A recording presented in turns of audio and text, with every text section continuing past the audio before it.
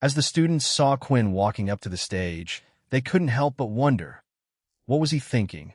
He had done well in the fighting tournament, and his fame around the school had grown. There probably wasn't a single student who now didn't know his name due to what had happened. However, there were some key differences between the tournament and fighting now. Quinn didn't have any of his beast equipment on. People had theorized that the equipment used on the day of the event had to be at the advanced level or higher. This was the only explanation they could come up with as to how Quinn was able to move so fast and why his attacks were so powerful. After all, he had defeated the Multiplier's clones in one strike, something that hadn't happened before Quinn's fight. The rumors were that in exchange for selling the ability book to the original family, he had received credits in return, and this was how he was able to purchase such equipment. Of course, Quinn's equipment on the day wasn't at the king tier or advanced level. At the time, he was simply using intermediate tier equipment. The speed and power he displayed were down to him. The other difference was, in the beast class, most of the time, they weren't allowed to use their abilities, especially as first-year students, and right now it was the case as well. They could only guess that the reason the multiplier was defeated was due to Quinn's ability. When the dome was created and the words spoken by the multiplier, the hands that were used at the event couldn't be used here, so the students didn't have much hope for him successfully hitting Del. Although, many of them wanted to see Del lose after his arrogant act. A large smile appeared on Del's face while looking at Quinn standing opposite him. The same thoughts that were running through the students' heads were the exact same thought that he had as well. "Come on, let's get started," Del said. Quinn moved in, but not as fast as he did at the tournament. Too many people were watching, so he couldn't use his full speed. If he could, the match wouldn't have lasted long at all, but if his attack was going to be blocked anyway, he could rely on his strength. As he got in range, he drew back his fist and threw it out. No special techniques were used, and to everyone it just looked like a regular punch coming from below. The shield was placed in the perfect position, so Quinn's fist would hit the center and bang. The sound of the fist hitting the shield was heard throughout. The students started to look away as they imagined the pain Quinn must have been feeling right now. When one would see their fist was going to be blocked by a shield, they would usually draw back their power or not attack at all for fear of hurting themselves, but Quinn didn't one bit. When moving his hand to perform another punch, a bloody mark could be seen left on the shield. Del quickly moved the shield in place again, blocking the attack from his right side, and again a large sound was heard. Inspect. Intermediate tier. Currently advanced tier. Durability 96%. The shield was stronger than Quinn thought. It was at the intermediate tier level, but he never thought Del would be so shameless to be using his ability to strengthen his shield. Even with his full strength behind his attacks, it was only damaging the shield by 2%. With his bloody hands, Quinn continued to punch the shield at full strength, and Del blocked each one, with a smirk behind it, unaware that his favorite weapon was slowly starting to crumble away. Durability 60%. Eventually, Quinn had stopped. Any further than this, and cracks might start appearing in the shield, and Del and the students would get suspicious. "You want to stop?" Del said, looking at his bloody hands. "What a stubborn child. All you did was give my shield a new paint job." Quinn was done playing around, and it was time to finish the fight. "If you are using your ability, then I'll just use mine," Quinn said. Seeing Quinn was throwing a hook to the right side of his head, Del moved his shield to his side in a position to block the punch. He was then waiting for the usual clang to be heard, before predicting the next blow, but the clang never came, and instead a fist was coming right for his face. "What? I was sure I saw him throw a hook to the right." It was too late. The bloody fist dug into Del's face, and as his head flew backwards through the air, two of his front teeth could be seen dangling holding onto his gums. His whole face was bloody, and it was hard to tell if it was Quinn's blood or Del's. A clanging sound was heard as the shield had dropped to the floor, and soon after Del did as well. "Hey, the teacher. He's not getting up. Does this mean the class is over?" "Not just that. Quinn hit a teacher. Won't he get in trouble for this?" "I don't know. It was the whole point of the exercise, right?" "What I don't understand is Del was blocking perfectly up to that point, and it was clear a punch was being thrown straight at him, so why did he move the shield to the side?" The answer was one only Quinn knew. People like Del had weak minds, and Quinn was confident of that. Before throwing out his last punch, He had looked Dell in the eye and performed a phantom punch to the right side before delivering the real punch to his face. The students waited for Dell to come to before doing anything, and when he finally did, of course, Dell was furious. "Get that cursed steed chilth out of here," Dell shouted, although the words sounded a little strange due to his front two teeth being removed. "I was kicked out of the class and had to go see Nate." Later on, an investigation was called, but no punishment was received for Quinn. The students had explained what had happened, and they decided that Quinn was not at fault. Fighting Dell wasn't entirely useless for Quinn. What it had shown him was the strength of better equipment. With his EXP gaining capabilities being slow at the moment, it would be a long time until he reached level 20. Not only that, but he was still weaning himself of the blood. Using the advanced tier crystals that had been given to him by Leo, he could look for a good forger around the school. This might take a while, but he had a few ideas on how he would do this. Before that, there was one more thing he wanted to do. After selecting the Shadow Eater skill, he felt a little disheartened. He still had no clue what it did, and the system didn't seem to know either. However, he still had 30 skill points to be used, so there was a chance for him to unlock a new skill. Over the next few days, Quinn had unlocked one of the Shadow skills, and unlike with the Shadow Eater, he was greatly pleased. He would switch between going on to the private servers to practice using it, and going on to the military servers to gain EXP points. After the incident with Dell, the beast classes were a lot more different as well. His face had fully healed thanks to Haley, but he no longer tried to cause trouble for Quinn or show off to the other students. Instead, he just stuck to the scheduled lessons that were meant to take place. Quinn still hadn't gotten his new equipment made yet, but he had planned to put that into motion very soon. As the days continued to go past, it looked like summer would soon be upon them. However, in a certain individual's room on their computer, the screen was flashing. It continued to flash in a green color, and on it, a sequence of numbers were displayed. The portal device in Logan's room had finally been unlocked. Her mind was split on figuring out just what to do, but now it was already too late. James had entered her for the agent exam, and they had finally arrived, where Aaron would have to take the test. She had been struggling with herself about what the right or wrong thing to do was, and the reason for this was Layla. At some point, she was hoping Layla would eventually return to the pure base, where she was hoping she would have the answers to the many questions Aaron faced while being at here. There were just things that didn't quite make sense to her. She had taken note to not do anything serious and just comply for now while looking at what was happening to her surroundings. She found that other students had the same questions as her, and those that did and brought it up or expressed their wish to leave pure would be taken away and had come back a few days later no longer having those questions in their minds. It was a facade. They told everyone they were free to leave when they wanted, but if they tried, they would be re-educated and always come back. But ultimately, most people at Pure were like her. They had no place to go, and Pure had become their home, their safe place where they knew they could survive. It felt like they had a debt to be owed. If they're fighting for freedom and equality, why are they so intent on keeping us all inside, locked away? I'd rather be out there doing what I want in danger of others than stay here. At least that's my own decision. Aaron did not feel the same way as the others. Now that she knew Layla had broken off communication with Pure, there must have been a reason for it. Did something happen to her? This was where her dilemma kicked in. The only people that were allowed to leave the Pure base were agents. Numbered agents were those who worked outside of the base. The others would only be called upon when a big operation was taking place. And with not knowing where she was or how to get out of the base, it seemed like becoming an agent was her only way of finding out what was happening on the outside. Knowing that she was unable to get her way out through complaining or asking, she worked her hardest learning what she could from them. The test had started, and right now she was sitting at a single desk in a room with 8 other people, including Bart, who she had a tough time sparing with the other day. The exam had started with a bunch of multiple-choice questions. There were answers she wanted to put down and the answers they wanted, but she continued on putting on her own facade of being obedient. The next test, several objects were placed in front of them, some of them Aaron recognized from the military academy. They were to assemble and reassemble the components of equipment, removing any trackers, recorders, and so on. When putting them back together, they would be scored based on time and how well the piece looked when being placed back together.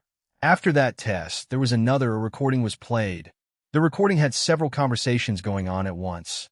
After the recording was finished, questions would be asked about a specific discussion. It was hard as they needed to listen to all of the conversation going on at the same time and only extract the useful information. With everything complete, it seemed like the test was over. Erin thought she had done pretty well, as she was most of the time the first one to finish out of the lot. She tried her hardest at each one of the tasks, and the others watching noticed it too. Inside the room, there was a female examiner, and watching at the back were 4 high-numbered teachers. This includes James, number 15, then the other teachers, 16, 17, and 18. They too had noticed how determined and focused Erin looked while completing her tasks, and they saw this as hunger to go up in their society. However, although she was determined to become a number, it wasn't for the reason they thought. Okay, so with that, the first part of the test is done. We will reveal your scores at the end of the test. If you could, please follow your teachers and me to the next room. They followed the examiner around the strange metallic base. She had yet to see a single window in the whole building, making it hard for her to tell where they were. Eventually, they entered a strange-looking square room. The room was large in size, but what was odd about it was the flooring in the room. Around the edges of the room, the flooring was standard, but towards the center, there were strange small holes in a square section of the floor. The square areas were 1 square meter in size. This is the next part of your exam, the examiner said as she pressed a button on her remote control.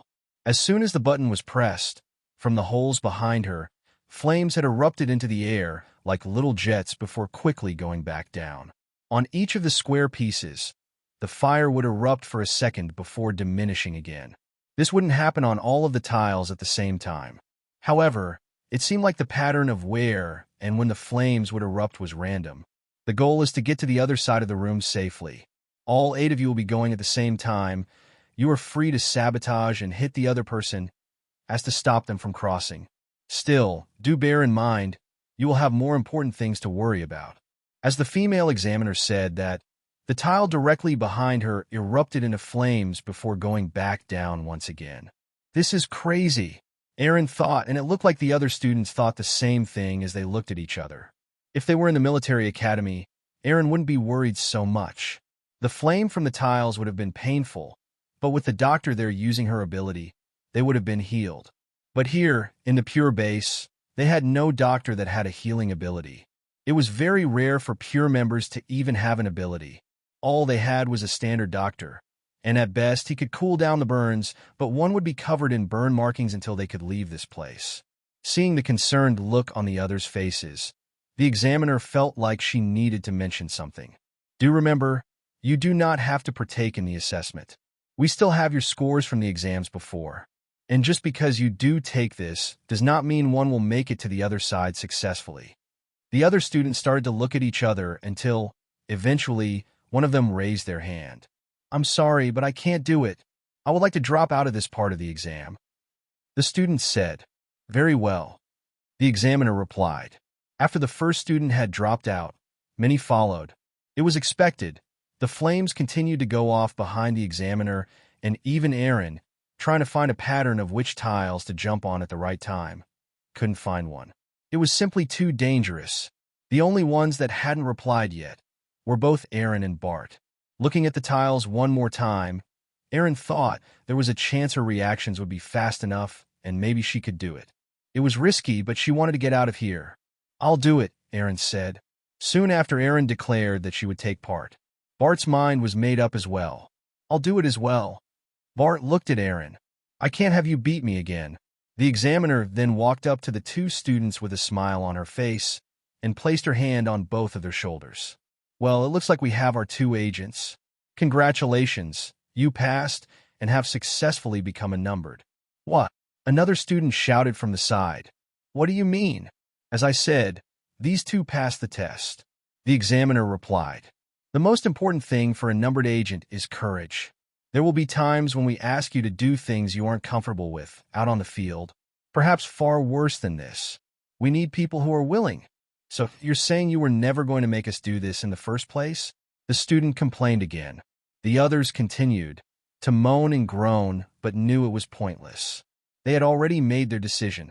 However, Aaron felt like the words spoken by the examiner were not truthful at all. If they really never intended for people to take the test, then why was the room built in the first place? And if they had all said yes to taking the test, would they have made them not take it? It seemed like a convenient outcome had just come to them at the time. With the two agents selected, a few days had passed and eventually both Aaron and Bart were awarded their numbers. Aaron was given the number Agent 99, while Bart was given Agent 100. They were now in the middle of a briefing in a small office space. The person speaking to them was the same examiner as before. She began to explain what their duties and tasks would be, as well as handing them standard equipment that every agent carried in a small little suitcase. Now that everything has been explained to both of you, it's time to tell you where you will be based, said the examiner. Now this may or may not be your permanent post, and agents can be told to move at any time, and there will be times where we call you back to the base.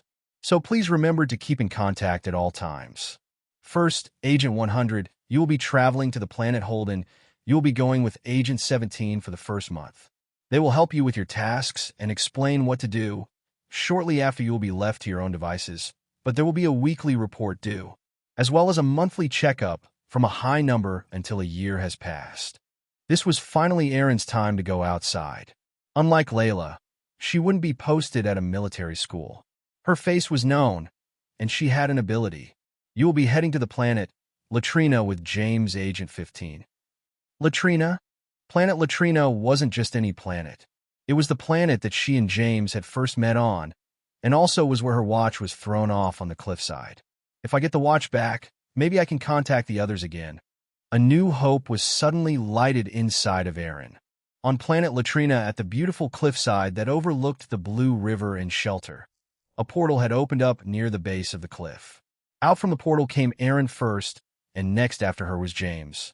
The two of them were wearing what everyday travelers would wear, which tended to be a mismatch of beast equipment. It would give people no reason to suspect them for carrying weapons and at the same time, not make them associated with any group. Aaron had been given a basic tier beast armor to cover her whole body. Most of it was in some beige-type color, and one could tell from a look it wasn't cut or crafted well, as if she had been given leftovers off someone's dead body. The more she started to think about it, the more it made her worry that it might have actually been leftovers from one of their dead agents. She couldn't help but stare at an oddly faint red marking that wouldn't go away no matter how much she rubbed at it. However, if she was to kill or defeat beasts while out on the field, she could use that to improve her own equipment.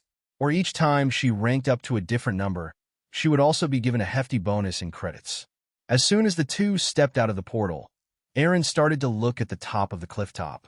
It was where they had last left, and where James had thrown her watch. "Do you mind if I go up there and check the view?" Aaron asked. "It's been a long time since I've been out of that base." "Sure," James said. "I'll go with you." She was hoping James wouldn't have replied like that, but at least she was able to go to the cliff top.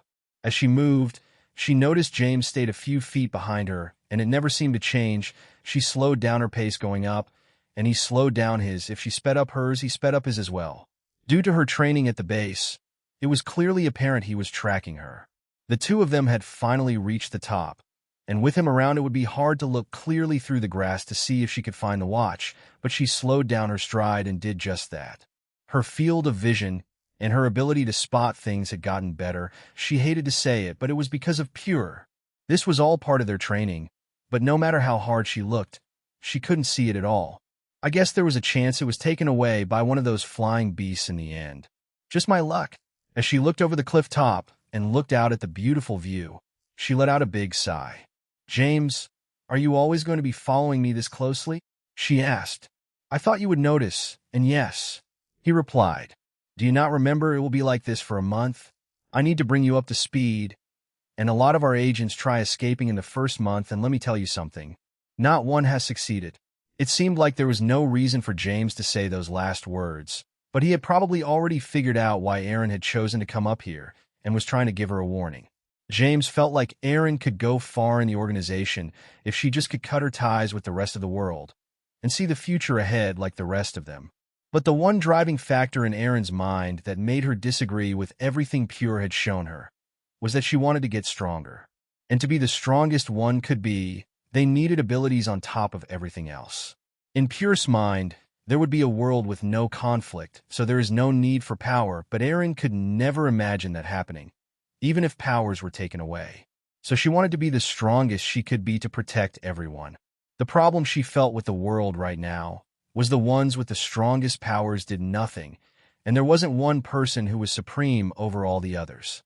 If there ever came the chance where one person would be stronger than all the others without question, and also did things the right way, then the world could change for the better. If she couldn't find that person, then she had to become that person. So, what exactly are our duties here again? Aaron asked.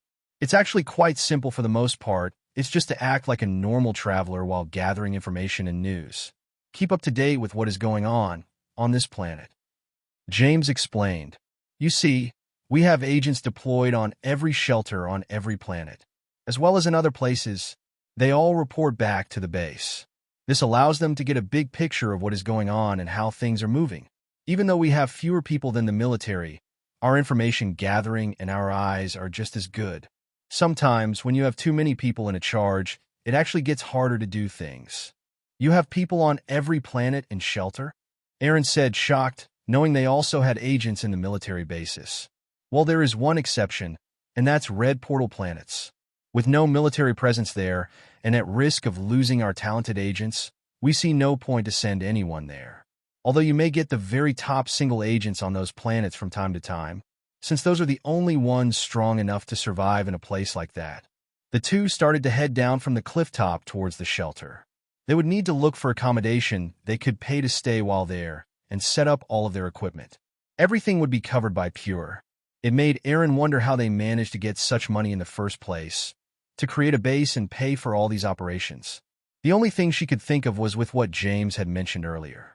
Maybe that's why she hardly ever saw the high single number digits around the base apart from Agent 5. It seemed like 5 was always in charge of the base, because the others were never there, and as for number 1, the person rumored to have a demon-tiered weapon, she had never even seen him once since she had joined. Once entering the shelter, it seemed easier than others to find accommodation and all sorts. The people who were running the place seemed to be happy that travelers had decided to stay. They were even given jobs on the spot to protect the shelter as a part of a shift duty once a week.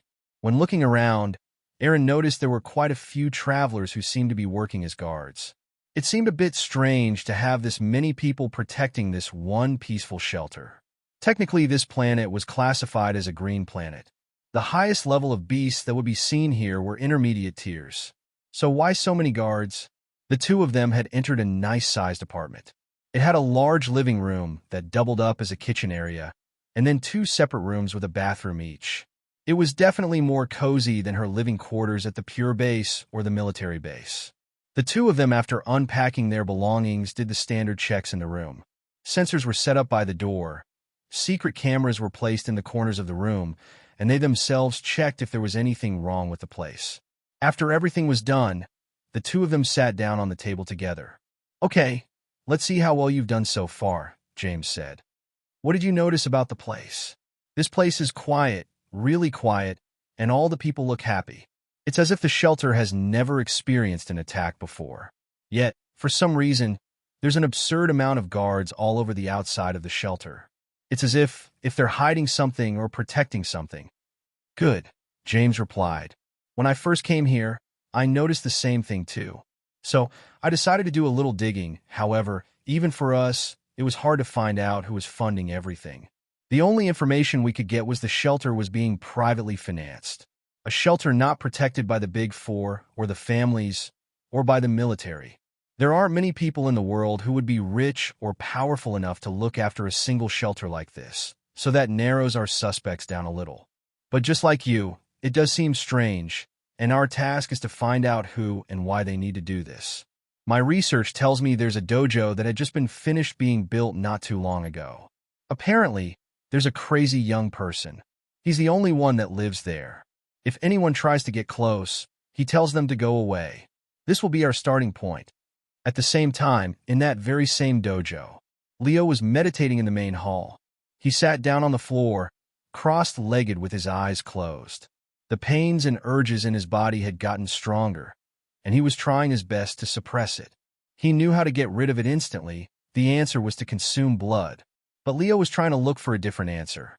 Quinn had told him that some vampires had managed to eventually wean off blood completely, that he himself had become addicted and was in the middle of the process of trying to be less reliant on blood.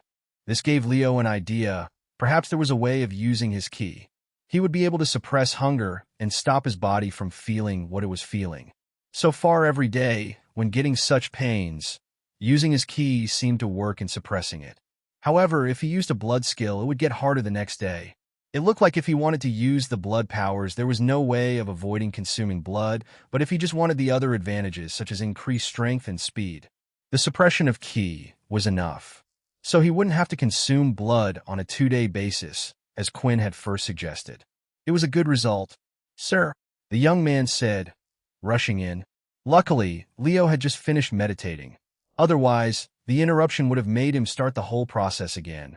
It wasn't a quick one, as it would take about an hour to make the hunger go away. "Oh, sorry," the young man said as he saw Leo sitting on the floor as he entered the room. "You know, you haven't been here that long, and I'm not used to this. I'm used to having the whole place to myself, relaxing and—" "Please, what is it?" Leo said, interrupting him. "All right, it's about those 2 people I said I saw a few months ago. Well, there's been reports that they're back." Leo started to think about the watch he had found at the cliff top that was currently in his room. If it really did belong to Aaron, he wondered what they were doing back here. "Maybe I should go see what they're up to," Leo said. Although the travelers and shelter officials didn't know who they worked for, they knew who to report to. And that was a young man who went by the name of Taz. He had been there since the shelter had started and was in charge of distributing the funds and assigning roles to everyone. Of course, as time went on, Taz was left with fewer things to do as he delegated the roles and the shelter grew, but still, everyone in the shelter knew about Taz. It even left the others who were there formed to start to claim this was all his doing. Even though he insisted, he wasn't the one supporting them at all. They still had a sneaky suspicion it might have been him, so they treated him like some mayor of the shelter. Because of this, it was easier for Taz to request specific items and to get what he wanted. All information would eventually pass through his ears. A special request had been made to inform him of all new people entering and leaving the shelter, and he had been told immediately. After passing on the information to Leo, he wanted to start his search for the 2. As he saw Leo leave again through the 2 big red doors, he began to remember how great that man was. "You do so much for everyone, and nobody knows it's even you.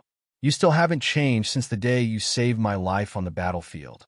I will always be loyal to you." Taz had extreme loyalty because when he was just a young soldier, his life was once saved by Leo. If it weren't for him, he probably would have never got to come back home alive. He and Leo were both privates at the time, so when he heard he was going to become a sergeant, Tess thought it was well-deserved and wanted to help make his life more comfortable at any cost. As Leo began his walk outside, he didn't really know where to go, only that they would be in the shelter. Although he could remember Erin's aura quite well since she used to be in his beast class and was one of the best students compared to the others. Surprisingly, though, it didn't take as long as Leo thought it would to find them. A little away from the dojo, just down one of the streets to the central plaza of the shelter, he could see 2 people walking his way, and one of them was Erin. The 2 continued to walk, but Leo made sure not to say anything. The instant she had seen him, he could hear her heart beating rapidly. On top of her not saying anything and doing her best to carry on, it all felt a little weird. Something's wrong, and I have a feeling it's to do with the person behind her, Leo thought. The 2 of them didn't do anything, and Erin, who carried on walking as if she didn't know who Leo was. What's he doing here? She thought. Shouldn't he still be at the military base? Has the school come here on an expedition, but the timelines don't add up? It doesn't make any sense. She started to think of why Leo could possibly be here, but she had no clue. However, she did know he knew the others quite well enough to keep their secret since he also helped her escape from the military base in the first place. If he was able to help her back then, maybe there was a chance he could help him now. James was still following her, but from a distance away as he usually did, while Leo was doing well to keep up his act of slowly walking completely blind. One look of his eyes, and people could usually tell he wasn't faking. As the 2 of them passed each other, Erin whispered as quietly as she could, "I need your help. The man behind me is with Pure. They have agents on every corner." she quickly said. Even though the time they passed each other was short, she continued to whisper. Knowing that Leo hearing was better than others, she hoped he could still hear her. I don't know where to go.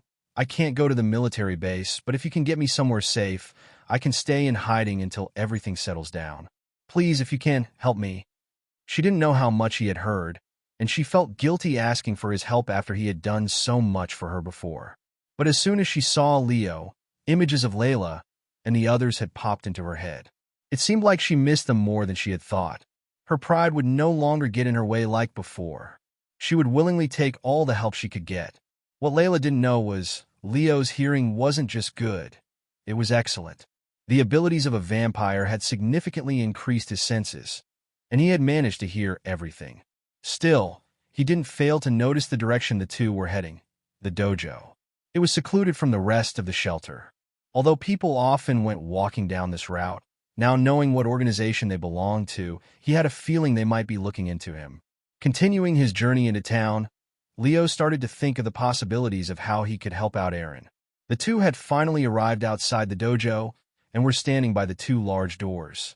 So, what are we going to do now? You said the young guy never lets anyone in, right? And I don't think asking him who owns this place is going to work. Aaron said.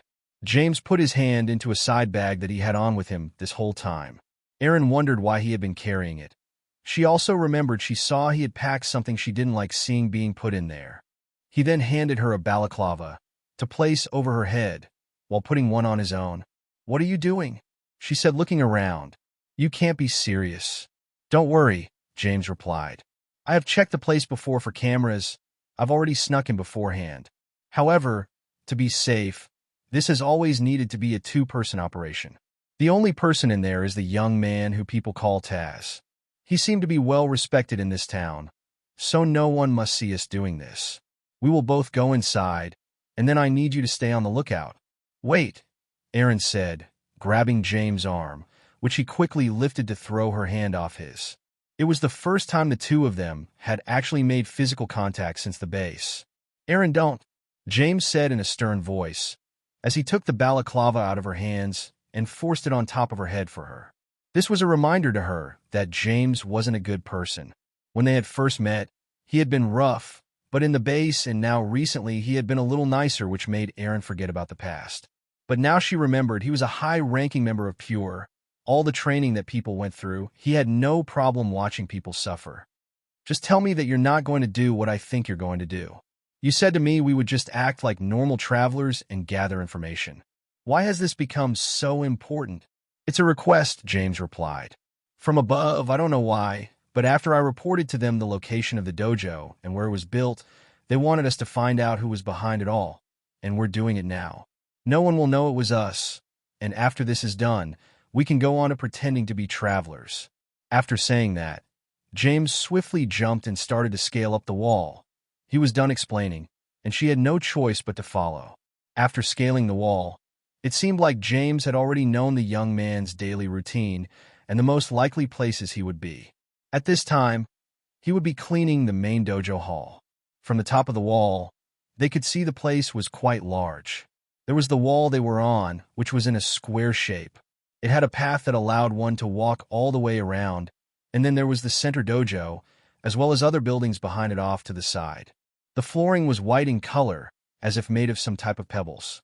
It was a strange thing to have such flooring since it indeed would have made too much noise.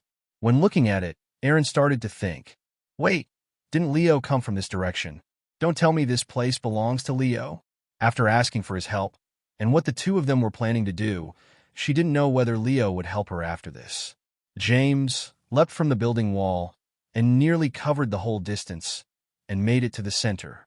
As he landed, he signaled Aaron to follow after. Huh, did I hear something from outside? Tess thought as he got his towel off from the floor. It was cleaning duty for him today, and he wanted to make the place spotless for Leo when he came back. Even if he couldn't see his hard work, he knew he would appreciate it. Just as he was about to check it out, the sliding doors opened, and a man wearing a balaclava came running out to him. The door was swiftly shut from behind, and Aaron stood outside as the watchguard. The man's hand was firmly over Taz's mouth, and he had already swiftly cuffed his two hands behind his back. All the actions had only taken a few seconds. Now, I'm going to ask you some questions, and I want you to answer them honestly otherwise. From his side bag from earlier, James had brought out a toolbox, full of different sharp objects.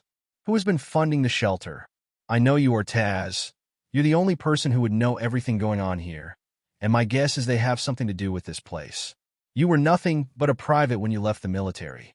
There is no way you could afford to live in a place like this or get a position here. So tell me now. Removing his hand from Taz's mouth, James had thought that would be enough. Just the threat was often enough for people to give in. In reality, torture didn't work. People were scared beings, and they would just tell you what you wanted to hear, hoping to let you go. But all he wanted was a name. Go to hell, Taz said with a smile as he spat in James' face. Wrong answer.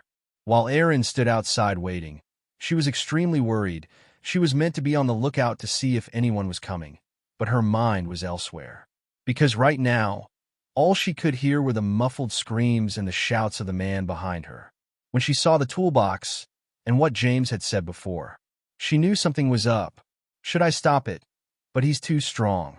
I'm still weak, Erin said as tears ran down her face, and how she was doing this to the person who had helped her before. A few minutes had passed, and the muffled noises had continued. Then, finally, Erin couldn't take it anymore and fell to her knees. At the same time, when she looked in front of her, the red doors had opened, and in came Leo. It looked like her guess was right. However, a look she had never seen before was on his face. I'm sorry, Erin said with tears rolling down her. I smell blood, Leo said.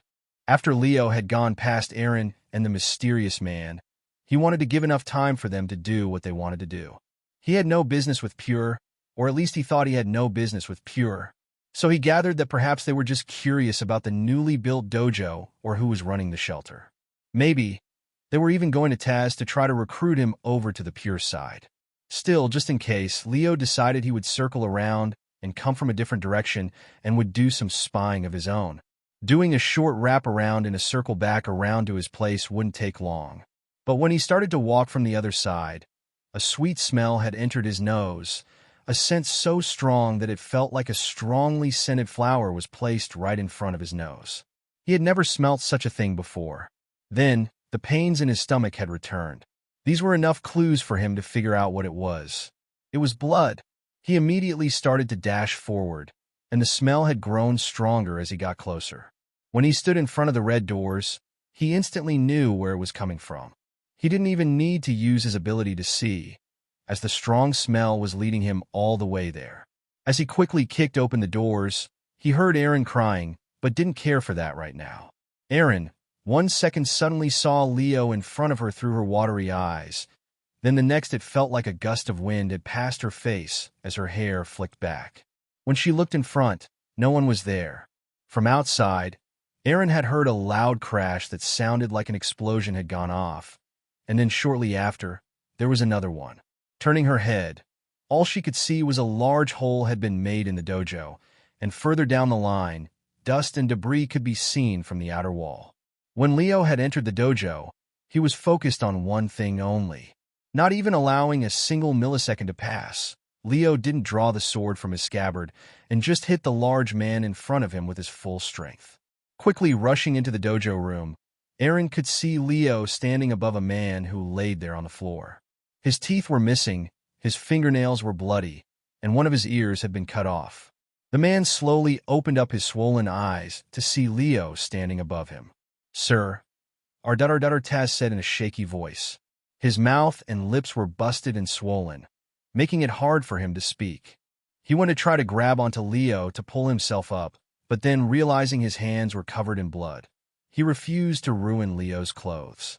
He quickly pulled his hand away and tried to push himself off the floor, but it was useless. I promise. Taz stuttered. I did not tell them anything. With that, Taz had finally collapsed onto the floor. Erin, Leo shouted. Take this man to the medical center quickly. Leo then drew his blade from his sheath. The wave-like pattern shined in the sunlight. You wanted me to help you, correct? Then I will get rid of the problem.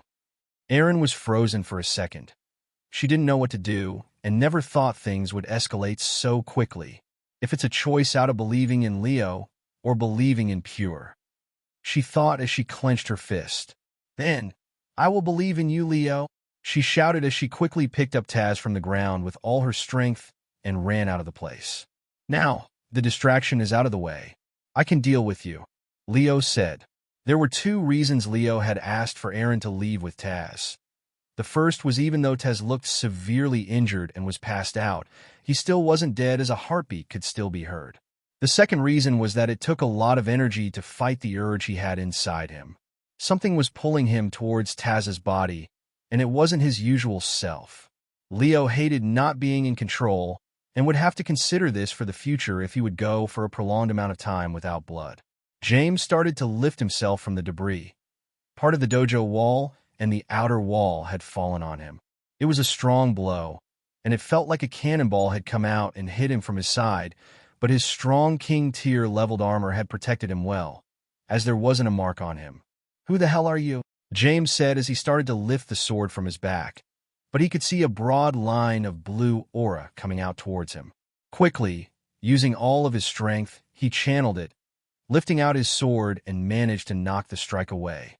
Soon after, more started to come his way, and James needed to concentrate, using every bit of his power in knocking them away.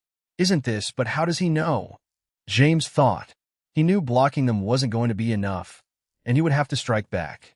Stepping to the side and running along the edge, he decided to block some and allow his opponent to hit him. He had strong armor, so he could rely on it and go on like this for some time. But then one of the strikes had hit him in the chest. Once again, the force formed the blow had sent him back, crashing into the wall. When looking down at his chest, a large dent could be seen, something that had never happened before. His King Tier armor had been damaged. Who is this guy? He is also using that. James had made a miscalculation. He was unaware that Leo had actually attacked him with the first attack while the blade was still in its scabbard. Now that it was out, it was a lot sharper than before. If I were to meet his sword head-on, I would be dead right now. With nothing else to lose, he had no choice. The air blade strikes continued to come forward. Instead of blocking them, he started to charge up the energy inside him. Of course, through Leo's ability, he could see everything that was happening inside James's body. The energy was rising from his belly and was being transferred out sword to the sword. Then when James went for a swing of his own, a blade of blue aura, a bit larger, had come out and had utterly destroyed all of his. As he left the dojo, a strange feeling overcame over Leo. It was the first time James was seeing his attacker clearly. That's the blind man from before. Is he the attacker? Tell me, Leo shouted. Tell me now. How do you know how to use chi? The words spoken by the blind man had only confirmed James' own thoughts. He had been using chi this whole time. This was a skill that was taught to all the agents that went from rank 6 to 20. A secret that was not to be passed on, and at the same time, a reward for those who were trusted enough. But this blind man in front of him, James had never seen before.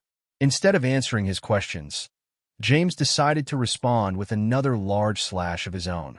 The chi attack was more powerful than Leo's due to the extra support from his weapon. His weapon was larger and focused more on power, while Leo's focused on speed and sharpness. Against well-armored beasts, he would find it difficult, whereas Leo would have an easier time. But Leo was a little unprepared, for he had none of his gear on. He had never expected an attack this soon while at home, and had only his blade was with him. Seeing the large slash coming towards him, Leo didn't want to run away. The sight of Taz was still fresh in his mind. He placed his sword back in the sheath and started to concentrate his chi, but not only this, he was adding something a little special to this attack this time. As the attack drew close, he still hadn't moved. James was carefully keeping his eyes on the blind man, waiting for him to move or throw his next attack, knowing he needed to keep his distance. Just as the large chi strike was upon him, Leo unleashed his sword from his sheath at an amazing speed, and a chi attack of his own came out. Still the same size as the previous ones, only this one was different. It was dyed in the red-blooded color. As soon as it touched the large chi source, it completely destroyed the attack, but something unexpected had happened after. When James tried to look to dodge the chi attack, he could see nothing, then slowly his vision started to slant, until he could finally see the floor. Blood began to soak the floor where he stood, as his body was clearly cut in half. The blooded slash was more powerful and faster than Leo had thought. Like a lightning bolt, as soon as it left its sheath, it had killed James. The attack itself seemed to have been far stronger than Leo had anticipated. When practicing the blood slash before, he had never performed it as a quick slash while enforcing his chi, and this was the result. The original plan was just to create a force that was equal to James's attack. He would run and follow close behind and have cut him personally down with his katana blade. I didn't want to kill him. There were questions to ask and answers I still needed. Leo thought as he walked over to the body. There was still hope that there might have been something on him that would be of use. On his way there, he noticed the white pebble flooring had a huge grove that had been created all along the floor. He still didn't know his own power and had a lot to learn. However, something else was happening. As he got closer to the blood and the torn body, the pain in his body was increasing exponentially. The fight had taken quite a bit of chi out of him, and he had performed a blood attack. Right now, he didn't have enough chi to suppress his hunger. The veins on his arms started to bulge out. He could see the purple flames in his body rapidly going into the center of his body. Now the body was only a few feet away, but he could feel his conscience slipping. Is this what Quinn warned me about? If I don't consume blood, I'll turn into a monster. I just need to make it. Aaron had successfully brought Taz to the nearby medical center. There were travelers there who had healing abilities and doctors, so they were equipped more than enough. Due to there not being many cases of people getting hurt, she was able to see someone straight away. The staff immediately knew who it was when they saw Taz on her back and didn't ask for payment of any type, directly getting to work. After a few moments, a staff member had come out to inform Aaron that he would be okay. Although the wounds on his body looked terrible and he had lost quite a lot of blood, his life was actually in no immediate danger. A good overnight's rest would be enough, as I would expect from a pure agent. Aaron thought. The torture had gone on for longer than a normal case would have gone for, especially for someone who wasn't trained against this type of thing. James wouldn't kill his biggest lead and continue to chip away until he got his answer. After hearing Taz was okay, she was happy to leave him be and started heading back to the dojo as fast as possible. I know Leo's strong, but the number 6 to number 20 are on a different level, and he had his King Tier Beast gear on. If I'm right, I don't remember seeing Leo wearing any protective gear. I hope Leo can hold on. I won't be much help, but maybe with the two of us we can take him on together. The red doors were just up ahead, and she was too focused to even notice that there wasn't a single sound. As she walked in through the doors, finally, she had noticed that she couldn't hear anything, at least not the sound of fighting. Looking at the destruction and devastation, several pebbles were moved, and large cuts could be seen all over the different buildings.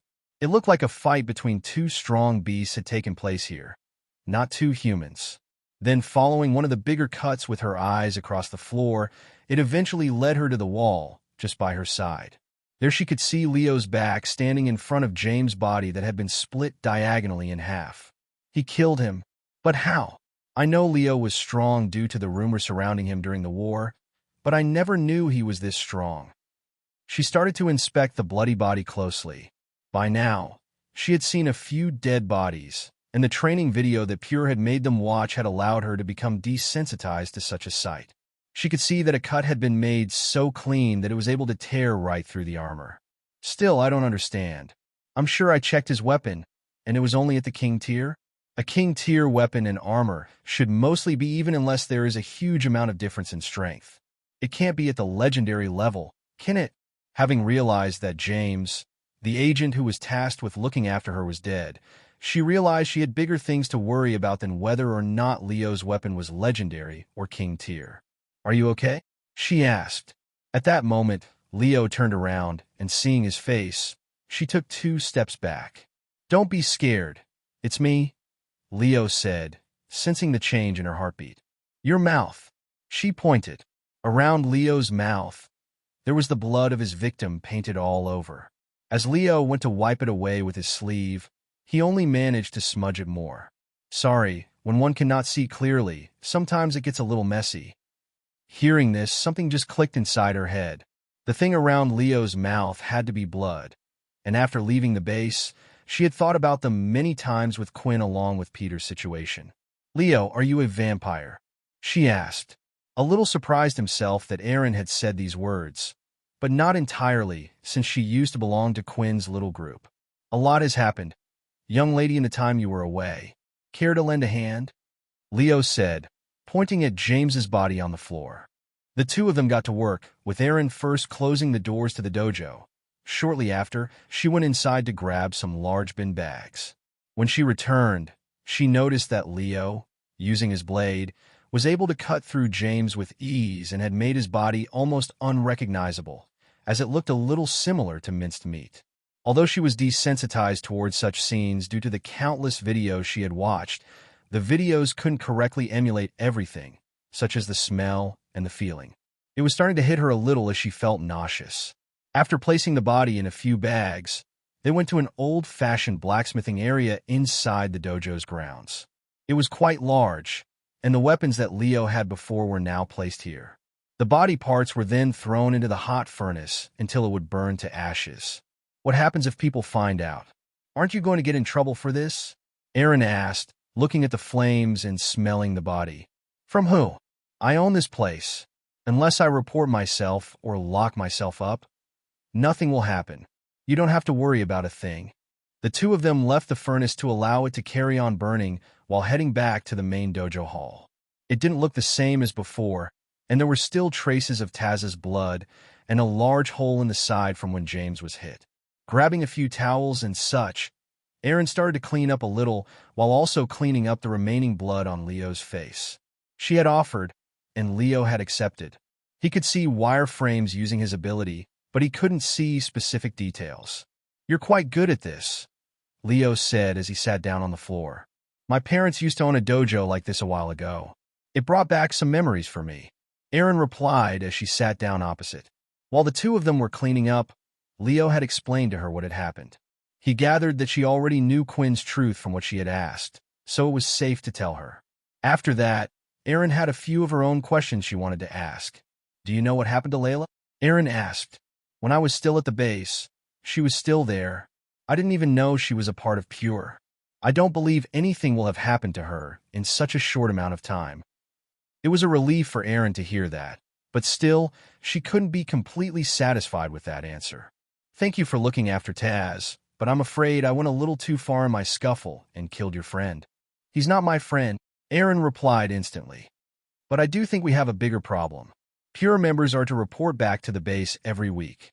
Every agent has a different device they use to report back. I don't know about James. Perhaps he was even meant to report back even more. They might send someone else here looking for me. About that, do you know anything about James's power or the skills he used?" Leo asked. "Power? I'm not quite sure what you mean. He never really displayed his full power in front of us. None of the higher number do.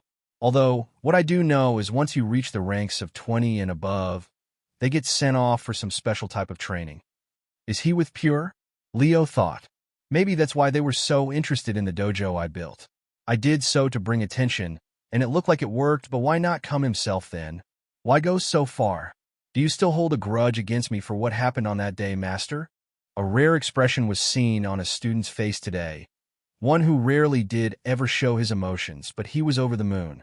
Why? Because the long-awaited project that he had been working on for the whole year now was finally complete. Logan sat down in his chair, looking at the green screen. A 9-digit sequence of numbers was shown, and it meant he had finally cracked the code. If he wanted to right now, he could open up the oddly shaped square teleporter, input the code, and it would take him to the destination on the other side. So this was created by Richard Eno. Huh? I wonder where you lead. Logan thought. Truthfully, right now, more than anything, he just wanted to jump into the teleporter. But there were a few things that needed to be done before that happened. The first thing, he couldn't just leave in the middle of the school term. Summer would be coming soon, and that would be his best chance to travel to the unknown place. While the second was a question of how to get back. The military didn't sell teleporters that came back to the base. But it shouldn't be too much a problem for Logan. He could always travel to the unknown planet, and if there was a teleporter leading there, there should be one leading elsewhere, and then eventually they could update the school on their location before coming back. All students were in some way required to notify them of where they were towards the end of their summer. In most cases, students would be asked to all meet up in a particular area. Thankfully, Logan was a VIP student, so he had special privileges which would allow them to come and collect him from wherever he was. Asterisk bang. Suddenly, the sound of Logan's door was heard being slammed wide open. There was no knock, no nothing, and it truthfully startled him. "Don't touch that teleporter," Quinn shouted, imagining in his head that Logan had already gone in. A few moments ago, when Logan returned to his room, he had seen the green screen, and as promised, he had sent a message to Quinn. Quinn tried his best to make his way there as fast as possible, afraid that perhaps Logan would be too tempted to do some type of test. What if he's already gone in? What if it all goes wrong? Maybe I should have told him where it led to. He might have even accidentally connected them to us. But in the end, it was all in his head, and Logan was peacefully in his chair. "Quinn, can you please not do that? What if I was working on something important and you jolted me? You're lucky I was alone in my thoughts." Logan replied, but the two sides of his mouth suddenly rose up once again to show a creepy smile. "Is that a smile?" Quinn asked. When looking at him, it looked more like a creepy doll smiling, where its teeth weren't showing. The two of them sat down and talked, and Logan explained to Quinn how he thought it would be best to use the teleporter in the summer. This was it for Quinn. He had been trying his best to figure out how to stop Logan from using it, but in the end, the only thing he could do was tell the truth. "Logan, I don't think it's a good idea we use the teleporter, and before you ask why, it's because I know where it goes. When Fex was here, he spotted it in an instant, and he gave me a warning. These square-shaped teleporters, they're all linked back to where the vampires' homes are." Logan remained silent. The smile on his face wasn't present anymore, and he placed his hand on his chin. It was his thinking pose, and Quinn knew not to interrupt while Logan was thinking. "Isn't this a good thing, then?" Logan replied with a surprising answer. "I mean, now we have a way to save Peter, right?" "What are you saying, Logan?" Quinn replied. "Look, I want to save Peter as well, but I think for once you're letting your emotions get the better of you. Why didn't you try to save him in the dungeon in the first place?" "It was because we had no information on the school dungeon, and it was risky. The place where the vampires live, we know absolutely nothing at all. Say we were able to get there and sneak in. Then what would you do about your smell? Vampires and humans have a distinctive smell from each other, and it seems to go even beyond that. I know you want to help Peter, and I do too, but not now." "Correct, Quinn. Not now, which was why I was suggesting in the summer," Logan explained. "Your growth in strength so far has been rapid. Don't think I haven't noticed. I made some rough calculations in my mind, and I have never seen anything like it before. Eventually the vampires will come after us, right? But we have no clue when, and we have no clue where yet they know about you and you don't know about them. This is the chance for us to gather the information needed. What's one vampire among?" For a moment Logan stopped there, realizing he had no clue how many vampires they were. "My point is, sometimes the best hiding place is one right under their noses. Between now and then, do whatever you can to get stronger, because I'm telling you, Quinn, I have made up my mind. I'm going. This isn't just about Peter. Of course, I feel like I failed him many times and want to help him, but this also goes down to my research. This is my whole life, not just mine, but my family's as well." "Logan," Quinn shouted, but could see when looking at him, his expression was one of determination. He was going to go through that teleporter no matter what. "Logan, I'll think about it. Will you tell the others?" Logan asked. "Did you guys tell me when they came to get Peter?" "Honestly, this matter doesn't involve them," Quinn replied. "I would disagree with you, Quinn. Your shadow ability is a trait that only vampires can use, correct?" The second Warden declared that his family was protecting that ability. His whole family is now involved whether you like it or not. "Peter, he was changed and became a vampire because of you, and now Layla the same. They have nowhere to go now, and no one to rely on but you. The only person that still isn't directly involved in this mess is me, but I am volunteering and choosing to go. You don't have to make up your mind now, but I think I already know what your answer in the summer will be. So Quinn, get stronger, get as strong as you can, and if there's any way I can help, let me know." Damn it, can he read my mind or something? Quinn had already decided. Too many of the people around him were leaving because of him. If Logan was to go to the vampire world, he would do anything he could to protect him. He didn't want another one of those who were close to him to disappear. "Oh, before you go about that scent thing," Logan said. "I was wondering after the trick Fex pulled to disguise the smell and trick them into thinking Peter was you, I was wondering if maybe there was some way to replicate it. All I need is a bit of your blood."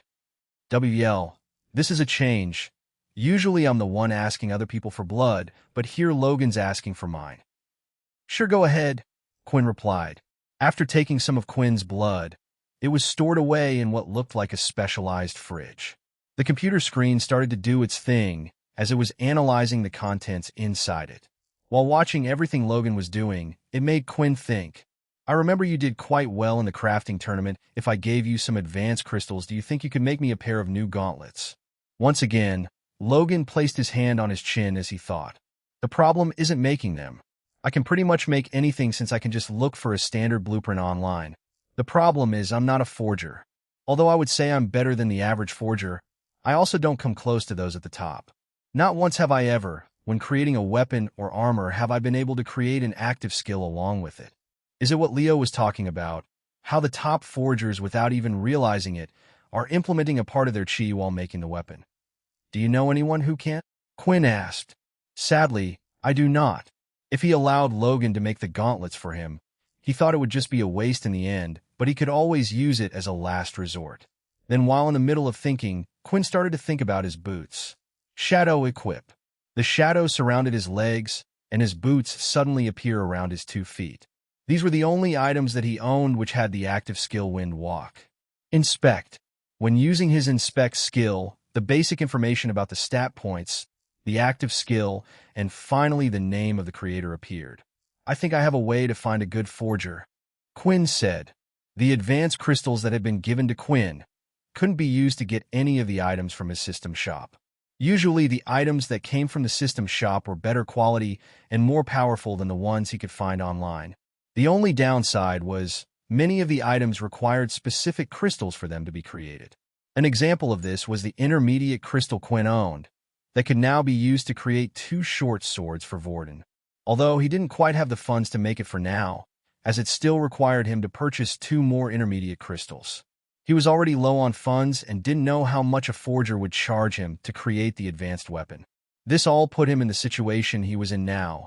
He had no choice but to head off and search for a forger. On the weekend, the school would set up a market stall inside one of the school's gyms. Here students were able to sell items they didn't need or items that they had made. This included beast equipment. It was a good place for the forging students and the rich kids to sell of either Theer or old equipment they didn't need or just getting Theer name out there. There would also be a few beast crystals there, but very rarely. Most of the time, beast crystals would just be sold on the online marketplace because they already had a value attached to them. The reason why forging students didn't do the same was because they were beginners. If a forger didn't belong to a faction or a good family, it meant they had no reputation.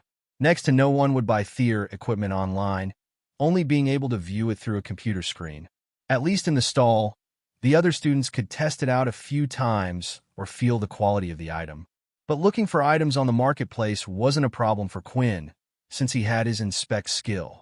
It would show him the stats of each item, and he could find the best one. This was what he had planned to do today. He had entered the gym, and it seemed a little busier than he was expecting. As he heard the voices of people talking, he soon realized why. Equipment here was sold at far lower price than on the online market, and you could haggle for prices.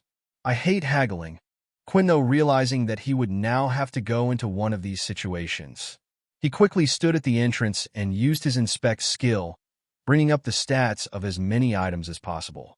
Next, he would filter it down to those with an active skill, and finally the best quality ones of the lot. "I found you," Quinn said as he walked over to one of the stalls. It was one of the more quieter ones, and while using his Inspect skill, he realized why. The booth was selling only basic tier equipment. It might have done well during the start of the year, but now towards the end, most students were looking for at least intermediate level gear. Inspect. Basic tier spiked boar spear. Strength +2. Active skill. Barbed spear. When active, several quills of spikes will appear from the head as well as the body of the spear. These quills are just as sharp and do as much damage as the end of the spear. Creator. Alex Way. "Excuse me," Quinn said. Did you make all of these? Pointing to the spears off to the side. Oh, a customer. The man behind the counter sprung up to live. That's made by one of the top forgers in the school. It's really good quality and even has an active skill. It's going for the great price of 239 credits, but for you, I can do it for 229 credits. Yeah, it's great. Quinn laughed nervously, not knowing how to deal with the pushy student. Do you know why he only creates basic tier weapons? Do you not have anything at the higher level? Quinn asked. Unfortunately, Alex's background is not a mighty one. After all, how can you create higher tier equipment if you can't afford the materials? Anyway, about that spear, are you happy to go ahead and take your order? As soon as the student said this, he had already lifted the spear and then started to set the transaction on his watch. No, I erred. Asterisk ding. Thank you for your purchase. Have a nice day. The student said with a smile, and Quinn walked away with a basic tier spear in his hand. Why couldn't I just say no? After being practically forced to buy the spear from the merchant, he was told by the student that none of the forgers actually sell the equipment themselves. They pass it on to them, who get a commission from each sale. This allows them to, in the future, practice their negotiation skills. If they wanted to become a merchant or an advisor for a big faction in the future, it would be good to have some practice. However, he did get information about where the forger known as Alex would be at this time and day. His search had led him to the Forging Club, which was a separate room located on the bottom floor, at the back of the school. To enter it, though, one would have to go outside and enter through the back. To the side of the Forger Club, there were several rooms which each had smoke coming out from the top. These were forging rooms that students were able to practice in or on the weekend if they wanted to use them, rent out for a certain amount of credits. The student had informed Quinn that Alex was always busy working hard. With each credit he earned, he would use it to buy more supplies and start working on more items. At first, it was great for his business, but now they had an overstock of weapons, and no one was buying, but Alex was a little stubborn when it came to listening to his business partner. Just by looking at the outside of the rooms, it wouldn't tell who was in it. But it didn't matter for Quinn, because his inspect skill was at level 3 and had improved greatly, allowing him to slightly see past the walls of the rooms, and he had finally found his target. There was a thick iron door at the entrance. At first, Quinn gave it a knock, but there was no answer. From inside, the sound of clanging could be heard, so it was expected that the knock might not have been heard. Still, not wanting to waste any more time, Quinn used his brute force to barge open the door with his shoulder. As soon as he did, a gust of heat directly hit him in the face. It was so hot it was causing him to feel slightly faint, and he was already feeling that way due to the sun. Darn it, what idiot would open the door in the middle of someone forging a weapon? Alex shouted as he threw down his metal hammer on the floor and lifted the goggles off his face. He quickly went to the furnace to turn it off, trying to save all the energy he could. Great, he said, looking at his weapon that was half done. It's ruined.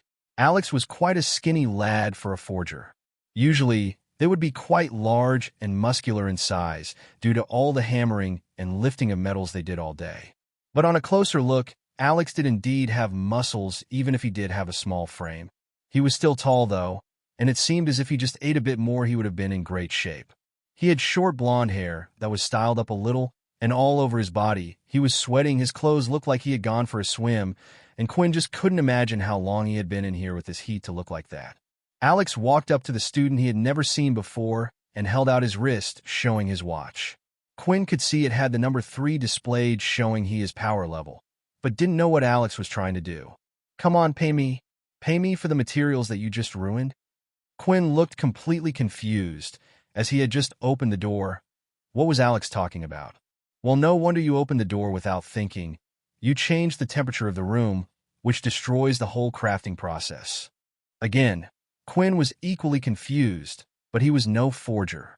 He had seen Logan make a few items before, and he had never complained about temperature, although thinking back, Logan's methods also seemed unconventional compared to normal forgers. Perhaps all of this talk of heat was what allowed Alex to make the perfect weapon. Sorry, Quinn said, not wanting to get off on the wrong foot, and decided to pay a total of 300 credits for the materials used as well as Alex's time. Well, at least you know when you've done wrong, Alex said as he looked down and noticed the spear in his hand. He then started to walk away and was about to clear up his work table, to prepare the next batch. No refunds. Huh. I said no refunds, Alex replied. That spear, if you want a refund, go talk to Joe at the stall about it. It's none of my business. No, you got it all wrong. I was kind of forced into buying it. I noticed the quality when seeing it at the stall. It's great, and I was hoping you could do something similar. I heard you have problems finding materials for creating weapons. Quinn then took out the 3 advanced tier crystals and placed them on Alex's worktop. I want you to make me a new weapon. At a glance, Alex could tell straight away that the crystals were at the advanced level. He had never worked with this high quality of a crystal before and had at most worked at the intermediate level. Although the process with such things would be the same, the higher crystal, the more time would be needed. Sure, I can do that for you. There are 3 crystals here, right? So that will cost you 30,000 credits.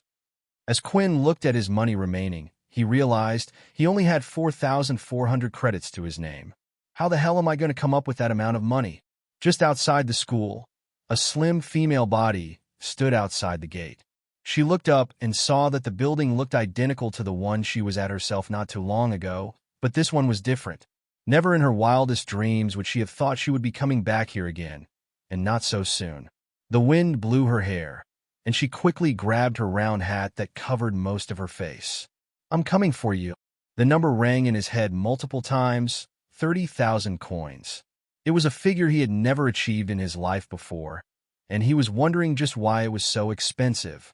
An advanced crystal was usually sold in the market for around 10,000 credits. Usually the fee of creating something using the crystal would then cost around the same. If you don't mind me asking, why is the price so high? Quinn asked. I thought you were some spoiled rich snob with the way you placed those 3 advanced crystals out on the table like that, Alex replied. Look, I'm not cheating you. You probably thought that similar to the basic tier and the intermediate tier crystals, the cost to work on these would roughly be the same as the cost of the crystals. But the advanced tier crystal takes an incredible amount of time in comparison. Not only that, but you want me to make 1 weapon using all 3. Some weapons and pieces of armor only need 1. The second reason is the metals I'll be mixing in with the beast crystal. I will have to purchase them myself, and while you can get away with putting cheap metals and mixing it in, it will only make the weapon's durability low. With basic tier weapons and intermediate tier, you don't have to worry so much. But with these beautiful things, Alex said, looking at the crystals closely. His eyes were almost touching them. They need better treatment. From the way Alex talked about the crafting method and the way he looked at the crystals, he could tell that this person was a true forger who loved his craft. He was the right person for the job. The only problem was, how would Quinn come up with 30,000 credits? Looking at Alex still staring at the crystals, Quinn started to think hard. He could always just use his influence skill and force him to create one, but it felt like an abuse of his powers. If he was to do that, then what would be different from him and all the other high-level students who force the others to do things for them? If he was going to work hard on something like this, then Alex deserved to be rewarded for it. The second reason, Quinn saw a light when meeting Alex. He didn't want him to just work on this weapon, but maybe all future weapons. He couldn't just keep using the influence skill on him to force him to do work whenever he wanted. Finally, after a while of thinking, Quinn had come up with a plan. Though he was unsure whether it would work or not, it was the only thing he had. I can't give you the money, said Quinn. I just don't have that much, but what I can do is give you these. His shadow equip was activated, resulting in the smoke and a dark shadow to start appearing in the palm of his hands. Alex immediately went to grab the spear that Ray had brought, thinking that perhaps he was going to try to force him into making things for him. It wouldn't have been the first time it happened, and it surely wouldn't be the last either. But then, when the shadow disappeared inside Quinn's hands, the gauntlets he wore were seen. They were still quite badly scuffed up from the fight with the multiplier, so they honestly didn't look that great. I'll give you these, Quinn said, handing them over. Alex took a brief moment to have a look all over, and there were a few things he noticed but didn't say anything. For intermediate tier weapons, it was some of the best quality work he had ever seen. Who made this? Alex asked. I don't know, I found it on a planet in a storage room, and that's not the only weapon I have either. Not only that, but these weapons seem to be one of a kind. On the marketplace, I couldn't find anything that came close to or to like it. It's the same with the other weapons as well. My suggestion is for me and you to become business partners. Business partners? Alex asked. Think about it. The fact that it isn't on the marketplace means you could melt down these gauntlets and make a blueprint of them. Then after a few people start to use them, and the word gets out, they would start to sell like hotcakes. It might take a while, but soon people will learn of your name. Quinn said with excitement, trying his best to pitch his new idea. But gauntlets, they are not exactly the most popular item. I do agree that at some point it would have the selling effect you're talking about, but that could take years. I checked the weapon, and it has no marking, which is strange. Every forger usually puts their marking on their work, which is why I'm inclined to believe you about no one having this up on the market. Even if I did, putting my mark would claim the blueprint as mine. My problem is, what do you get out of this? You could sell a blueprint that hasn't been distributed yet for a lot more money than what I asked for. Alex said, to answer your first question, don't you remember, I said I have other items as well.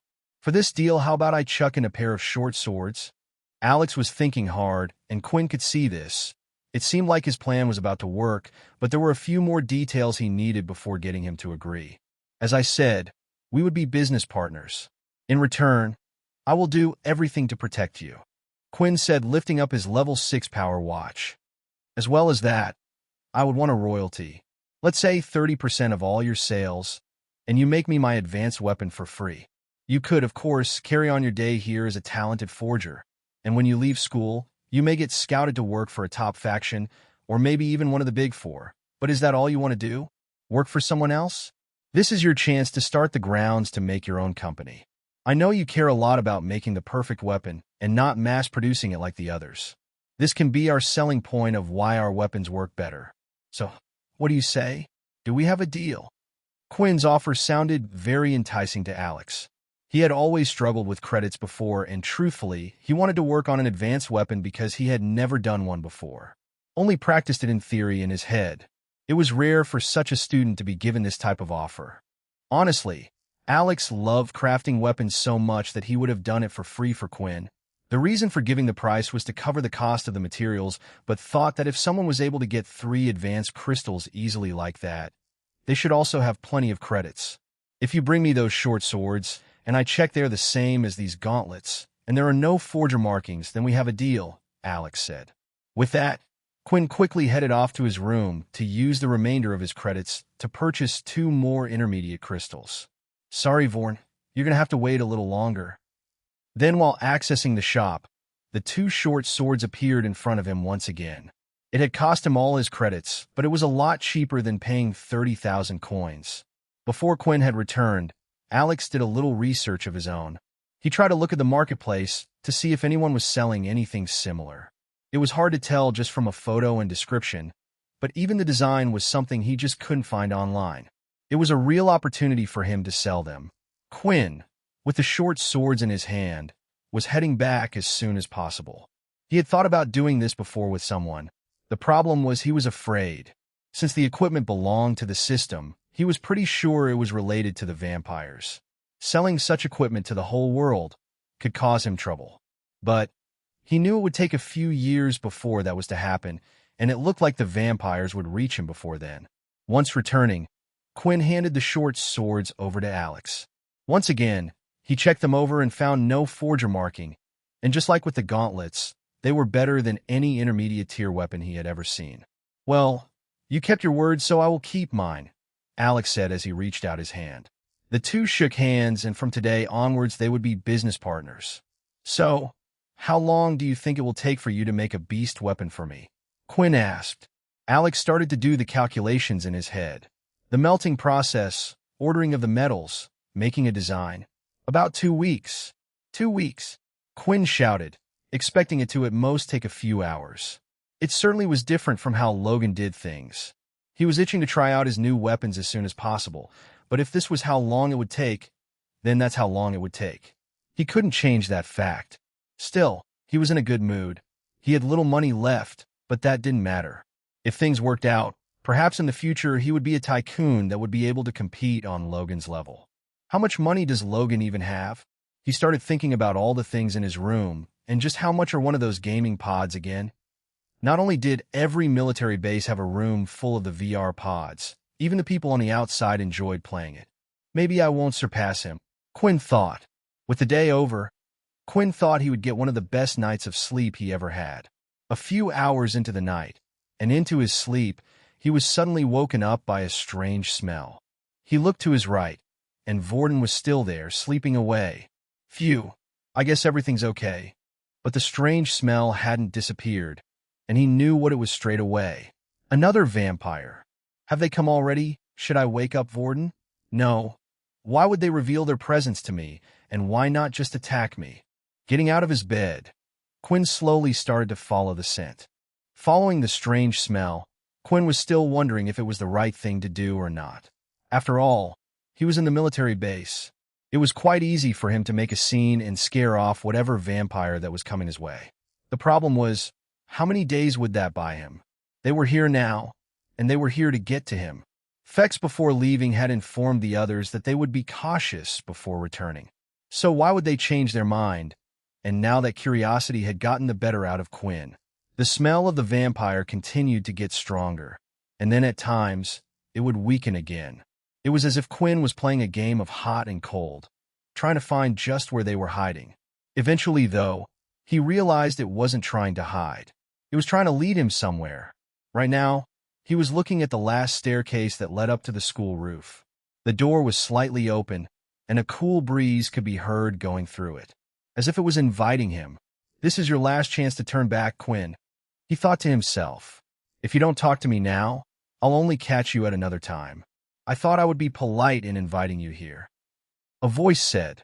The words were spoken quietly, but at the same time loud enough for a vampire to hear, who was standing only a few feet away from the door. I don't want to fight. I just want to talk. Screw it, Quinn said. If not now, then when? Going up to the top of the staircase and opening the door to the rooftop, he could see the back of a figure standing there, her hair flowing in the wind, and the moonlight shining off the silver strands. It was the first vampire Quinn was meeting outside of Fex, and this wasn't a child like him. As Silver turned around, she looked at the boy. He had the same features as the wight they had captured before their transformation was over, and she could smell he was a vampire. She looked him up and down, trying to see if there was anything special, to see if she could see what Fex could see, but at a glance she felt nothing. If this was the person who was going to change the way the vampire worlds worked, then surely she should have felt something, but she didn't. But Fex believed in you for some reason, enough to risk his own life for yours. So you're the only hope I have. What do you... Quinn was about to say, but Silver suddenly snapped. Down, she shouted, with her eyes beaming red. In an instant, as if Quinn had lost control of his body, he fell to his knees and was pinned. Is this the influence skill? It's so strong.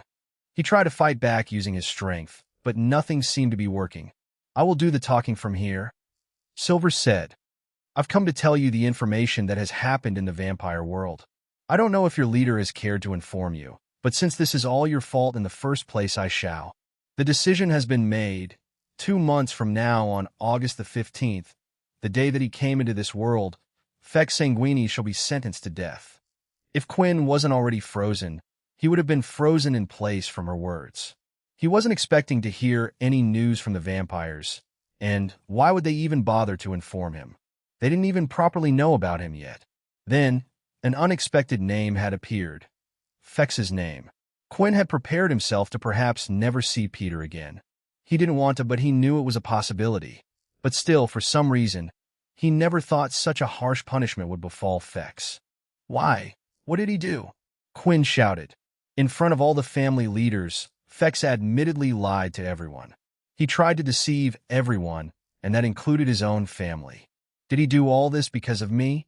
You went that far. Fex, I thought you would be okay. I thought you had a plan. What's the point of sacrificing 2 lives for my own? Why are you telling me this? Quinn said. Is it just to taunt me, to inform me that his death is because of me? His hands were now shaking with anger, and in this he hadn't realized that a part of his mobility had come back. What is wrong with you people? He did nothing wrong. We did nothing wrong, Quinn shouted. People every day are killing each other, hitting each other in this world. Yet for some reason, we're the ones to be punished. I thought maybe you vampires would be better, but it looks like you were scum too, just like the rest. Do any of you even care about each other? Silver was a little taken back by Quinn's words. Fex had broken the rules. Of course, he should be punished, but did he really deserve death? Did the illegal do anything to harm the vampires in any way? You don't understand, he broke the rules. We have always followed them, and we always will. The council has made its decision. It's all for a greater cause in the end, and to protect us all. Screw the council, Quinn said as he slowly lifted one leg off the ground, his knee twitching, and then finally his foot was placed on the floor. Ah, is he breaking my influence? That's impossible. He's only at the vampire level. Down, Silver said, and once again, Quinn's body was forced in the same position as before. You don't understand, Silver said. That was when Quinn noticed a single drop of a tear falling to the floor from her right eye. So far, all the words being said had no emotion in them, and even now, when she spoke, it sounded so. Is she holding them back? I care more about the vampires than anything. The rules must be followed. At the same time, though, I care about my brother, and I don't want to see him die like this. He was destined for more. I cannot break the rules, but you, she said, pointing at him. You are an outsider, someone who has already broken the rules. You can fight back against them. For some reason, my brother believed in you. He told me that he thought you were a vampire that would one day change the world. But that one day isn't quick enough. You need to change it now. A gust of wind went past, and her silver hair flickered in front of her face once more. Several tears could now be seen hitting the floor. As Quinn blinked, he could no longer see her there. The control over his body had disappeared as well. He quickly got up and ran to where her position was. He tried smelling the air, looking over the edge, searching high and low, seeing where she could have gone. But in the end, she was nowhere to be seen, and her scent no longer lingered. That was Fex's sister. I can't believe they're going to kill him. Not just that, what about Peter? I had so many questions to ask. How could she just come and leave like that? What am I meant to do now with all this information? It was a big shock to Quinn, although he was preparing to travel to the vampire world with Logan. Going there and rescuing someone were two different things. August 15th, that's 2 months from now. School ends around July. Can I get strong enough to save him? He clenched his fist tightly and looked up at the full moon that night. Fex's sister seemed so powerful to Quinn. She was strong enough to control him just with her influence, and yet she still wasn't doing anything. If she wouldn't, then he was Fex's only hope. No, I will save him. I'm coming for you, Peter and Fex. Just wait for me. Don't give up yet, at least not until I've given up on you. The ball of energy could be felt swirling around in his body. The first day, when practicing, Quinn was able to remember what Leo had taught him and what he had felt that day. Just as he promised, he practiced it every morning, and he was currently sitting on top of his bed in a mediating position, cross-legged. Vorn didn't ask what Quinn was doing, but just assumed that he must have been under a lot of stress lately and was just trying out a few things to let that stress out of him. Breathing in deeply, he could see the ball of energy. Before, it was the size of a ping-pong ball, but now it had grown to the size of a tennis ball. Each day it seemed to be growing in size, as he managed to gather and control more chi around his body. The next step was moving it around into the different parts, and this was the tricky part. Moving the energy from his fingertips to his toes is what Leo had told him to do. Thus, if he wanted the chi to naturally enhance his entire body, he would have to flatten the ball so that the energy spread out all over the body. It was clear that he had a long way to go, but he also had no clue whether or not he was improving fast or slow. Still, he decided to trust Leo. It only took him 30 minutes to practice each morning, anyway. Fex, Quinn thought. The next step was getting stronger. He now had a time frame, and it was far shorter than he had first thought. Realistically, he didn't know how big the vampire world was, or how long it would take to save Fex. He couldn't just leave his training up until the very last day. They also needed to spend some time in the vampire world, too. So realistically, in Quinn's head, rather than having 2 months to save Fex, he would only have one for the actual training. 560/51200. With just his daily tasks and playing the VR game, his EXP gaining was extremely slow. So if he wasn't able to level up, then there was only one thing he could do to get stronger in such a short amount of time. That was consuming blood. I know Fex said I'll get addicted the more times I drink blood, But that doesn't really matter right now. I can always win myself off of it later. I know it will be tough, but I really have no choice. After Quinn was done with his normal lessons, he made his decision. He thought about how he could get many different types of blood easily. He also knew a certain person who could help him with that. Of course, I can help you with that," Logan said in his usual chair, while getting a massage from his mechanical spider arms. "But before I help you, I want you to tell me why." "And no more lies, Quinn. We've already decided to go to the vampire world together." Quinn's plan was to raid the city's hospital. Not the school's one, but the actual hospital located near the plaza center that all soldiers had access to. They had been there once before, but the only problem Quinn had at the time was the cameras. After seeing what Logan could do, and what he had done at the base event, it should be easy work for Logan. On top of that, Quinn also had his shadow cloak that would be able to hide him in the darkness. As long as they did this at night, and the cameras were turned off, there would be no evidence of any culprit who could have done such a thing. "Fex's sister came to me last night," Quinn said. As soon as he said these words, Logan's mechanical arms that were giving him a massage all lifted in the air, as if they were shocked and reacting to how Logan was feeling. "I know apparently they have some type of council there, and she came to tell me about their decision with Fex." "With Fex, not Peter?" Quinn shook his head. "I don't know about Peter, but as for Fex, they've decided to give him a public execution." Logan wasn't as surprised with the verdict of the vampires as Quinn was. The reason being, Vorn had asked Fex a question at the time before he had left, and his answer wasn't something that gave him confidence. Perhaps Fex already knew that there was a chance of this happening. "Okay, so I understand that, but what does that have to do with going to the hospital?" Logan asked. "The truth is, I get stronger from every different blood type I consume. So far there have been no restrictions that I know of. Different blood types support me in different ways. I can get physically stronger, faster, and a few other benefits as well." Thinking about what Quinn had just said, Logan was a little horrified. How many humans existed on the campus alone? How many humans in the entire existence existed? If what he was saying was true, at some point Quinn's strength would be unmatched. He would become a vampire god. "Are there other vampires like this?" Logan asked, now having slight second thoughts if this was the case. "No, it seems to be special and related to my system." "All right, I'll help you, Quinn. Of course I will. We won't waste any time. What you've told me has only given me more strength to work.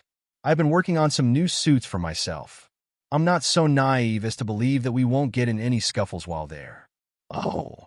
And while we're at it, Logan quickly went over to his specially designed fridge. Honestly, Quinn didn't know what to call it, but that was the closest thing he had in his head. From the fridge, he pulled out what looked like a small bottle of spray. It was a dark red color, which he then proceeded to spray it all over his body without saying a word.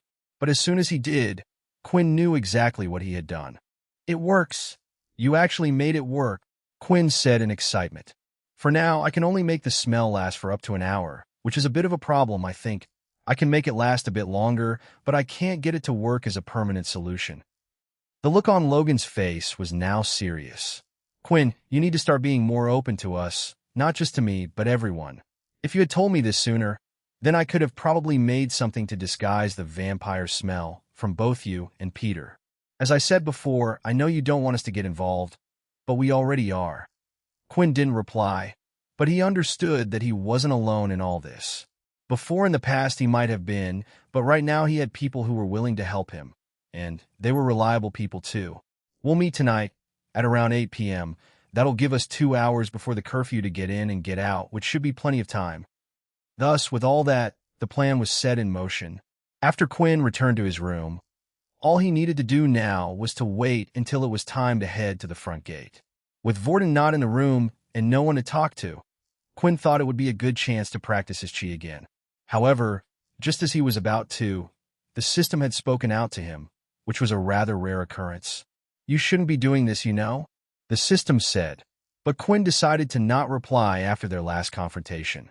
"If they find out you're the 10th leader, then—" The system stopped there, not going further. "Then what?" Quinn replied.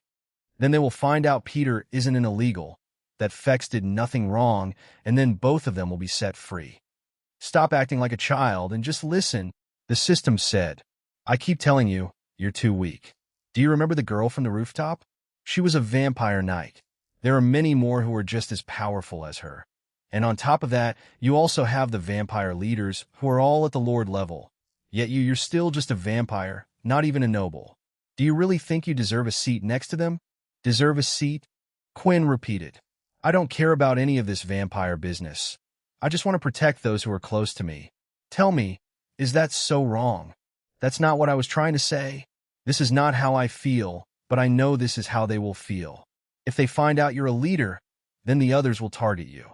They will just see you as someone weak, someone who they can easily knock out, just so they can attain the throne. Quinn remained silent for a moment. These days, he wasn't enjoying his conversation with the system and was wondering how different his life would have been if he had never found that book in the first place. You were one of the old leaders, weren't you? Quinn said. I know you won't confirm it, but it's the only reason why you know so much. I can see you have made up your mind. The system said. I tried stopping this, but they will find out sooner or later. Once you obtain one of the council seats as a leader, willingly or unwillingly. I will tell you everything you want to know then. That is, if you even live to get to that point. It was nearly time for the two of them to meet.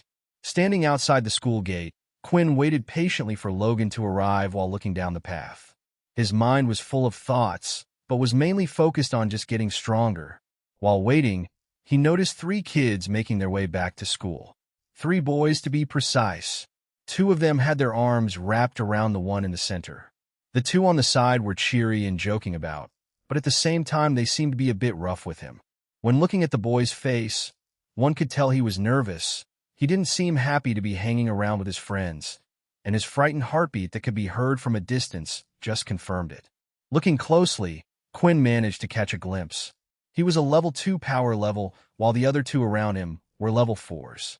It was clear what was happening. The same thing both Quinn and Peter used to go through still happened all around the school.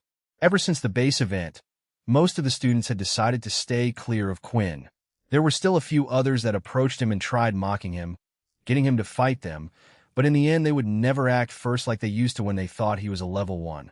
Not now, Quinn. You don't have the time. Truthfully, now that Quinn was forced to be reckoned with in the school, he would usually stop instances like these. He remembered what Berg of the Sunshield family had said to him. How him helping would only help temporarily. But in the case of Berg, he himself had never been in the same situation as Quinn. He knew, when one was being bullied they would have liked even for a second, if just someone helped and reached out to them one time. If they could ease the pain for a second, they hoped that it might stop eventually. But this time, Quinn could do nothing. He didn't need eyes remembering where he was, and they were on a close time frame as well. It is now 6 o'clock. Logan said, I am perfectly on time, and as I said, the sun set about 10 minutes ago. We are in complete darkness, which is perfect for a job like this. Do you have everything? Quinn asked. Of course, Logan replied, unzipping his shirt and showing a shiny piece of armor. It was his spiders. They had formed a thin suit under his standard uniform.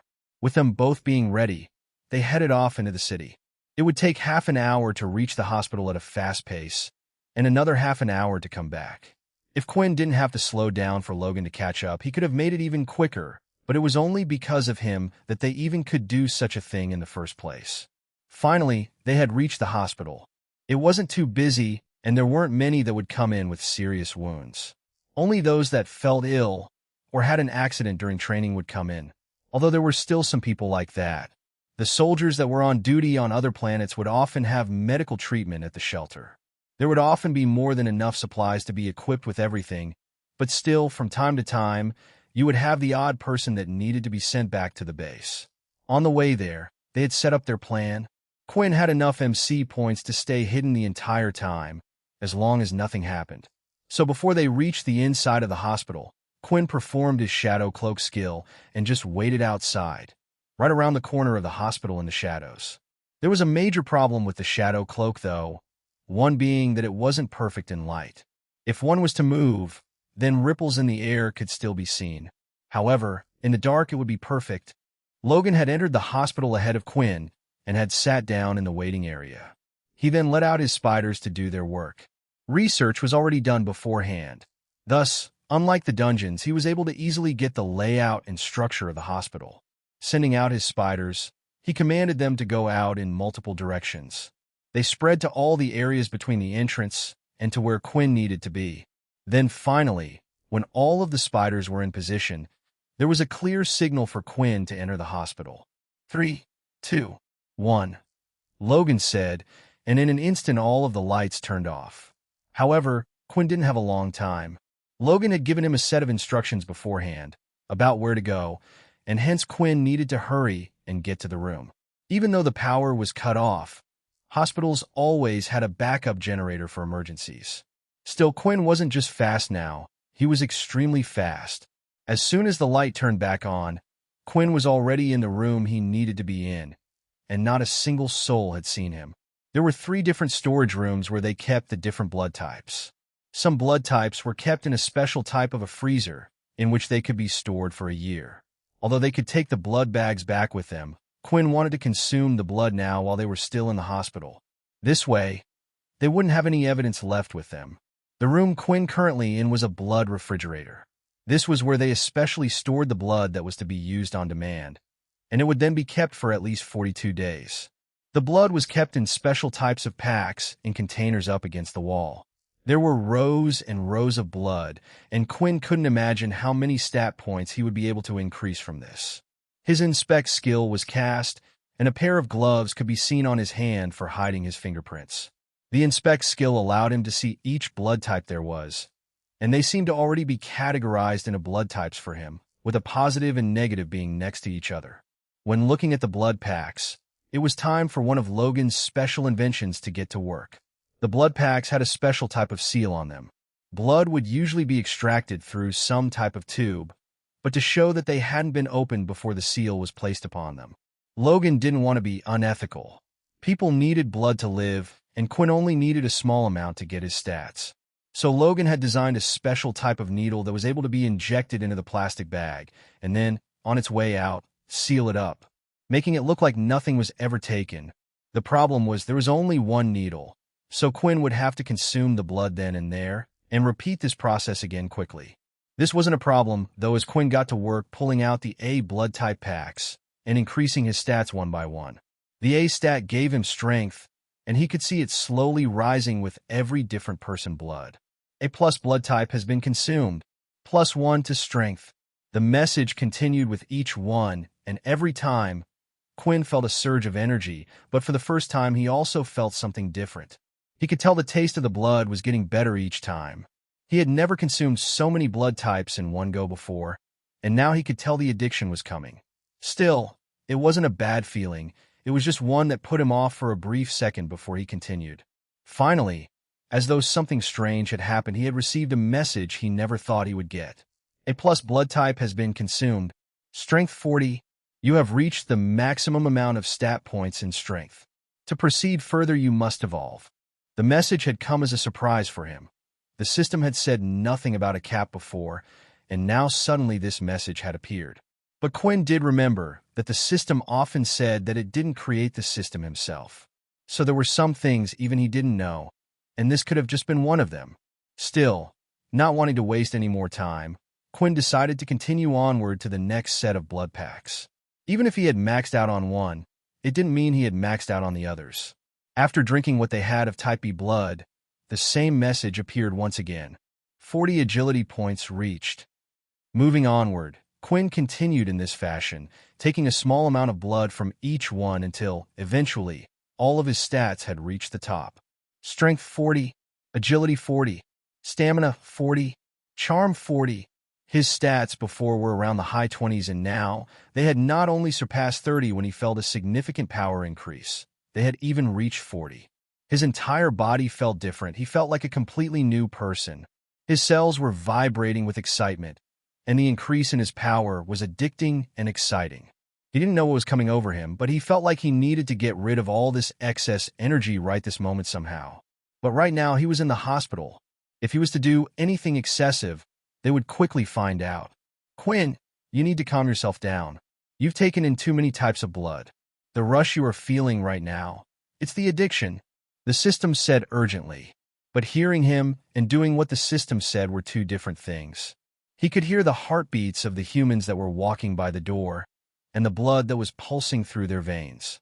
All he wanted to do was to rip the door open and continue his feast. What do I do? Quinn thought, while huffing and panting. Then a thought suddenly came to him. There was something he did every morning that seemed to relax him, and it also would help him gather his energy. Quinn quickly sat down on the icy floor and closed his eyes. He started to gather the energy that was raving inside of his body. He focused and started to think of the small ball. Usually, when looking within himself, the energy he could see was almost white in color and was around the size of a tennis ball, but right now it had expanded to become big as a basketball and was tainted red. This has to be the blood energy as well. It's going wild around my entire body. Trying his best, he tried to focus and did the usual thing he did every day. But the red energy was a lot more wilder than the white energy, and it took an extreme amount of focus for Quinn. Even in the cold room that he was in currently, his body was still sweating heavily from the concentration. After a few minutes had passed, the white energy and red energy started to combine. It seemed like the two energies were now working together in harmony, slowly but steadily, instead of fighting against each other. Quinn didn't know what this meant. He tried moving the energy around his body, and it felt similar to when he performed his blood skills, but at the same time different. He didn't really know what had happened, but at least the addiction and the excitement he was feeling had gone away. Looking at the energy and concentrating together, the red energy mixed with the white was still there. When he was to meet Leo again, he would have to ask him what this meant. Once everything was settled, Quinn gave a thumbs up to the spider in the corner that was covering one of the cameras. The spider was then able to inform Logan what he needed to do. Logan left the lobby, and as soon as he did, and all of the lights went out once more.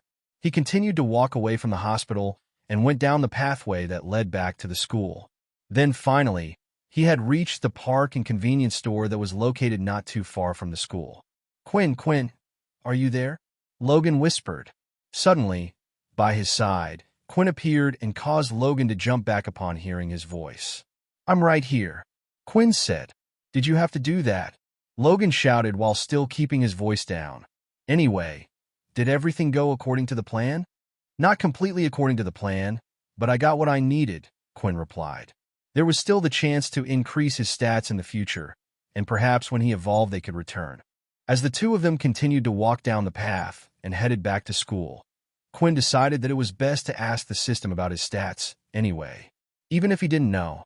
"Honestly, I didn't know there was a limit, but of course I always expected one," the system replied.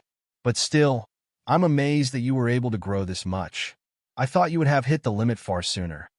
"What do you mean?" Quinn asked. "Think of it this way. Let's pretend as if everyone had a system just like you.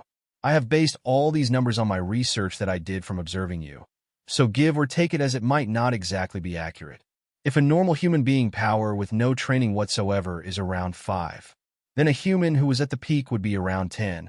Of course, not all of their stats would be at 10, but let us pretend for the sake of the example. A standard vampire would have around 20 points. Then we have skilled vampires who aren't quite at the noble level like Fex and have their stats in the higher 20s, possibly 25. Then a beginner noble vampire would be around that of 30. For someone who is just at the vampire level, you are incredibly skillful. This is all, of course, because of your extra stats when consuming different types of blood that other vampires don't have. Now, I wouldn't say there has never been a vampire as powerful as you before evolving into the next stage, but it's very rare and often takes years. If anyone was to learn of what talent and everything you have learned in a short amount of time, no one would believe it. There would be Ks of vampires lining up asking me how I did it," the system said, getting a little carried away. "Sorry, obviously I was talking about this if it was the past. And what about a vampire leader? They're at the rank of a vampire lord, correct? Am I any way near them?" Quinn asked. The system decided to remain silent, which in a way was an answer in itself. He could tell this even with the other vampire, as she was beyond a noble's level. "I thought as much. I still need to get stronger, but now I've been capped until I can level up." The problem now was how.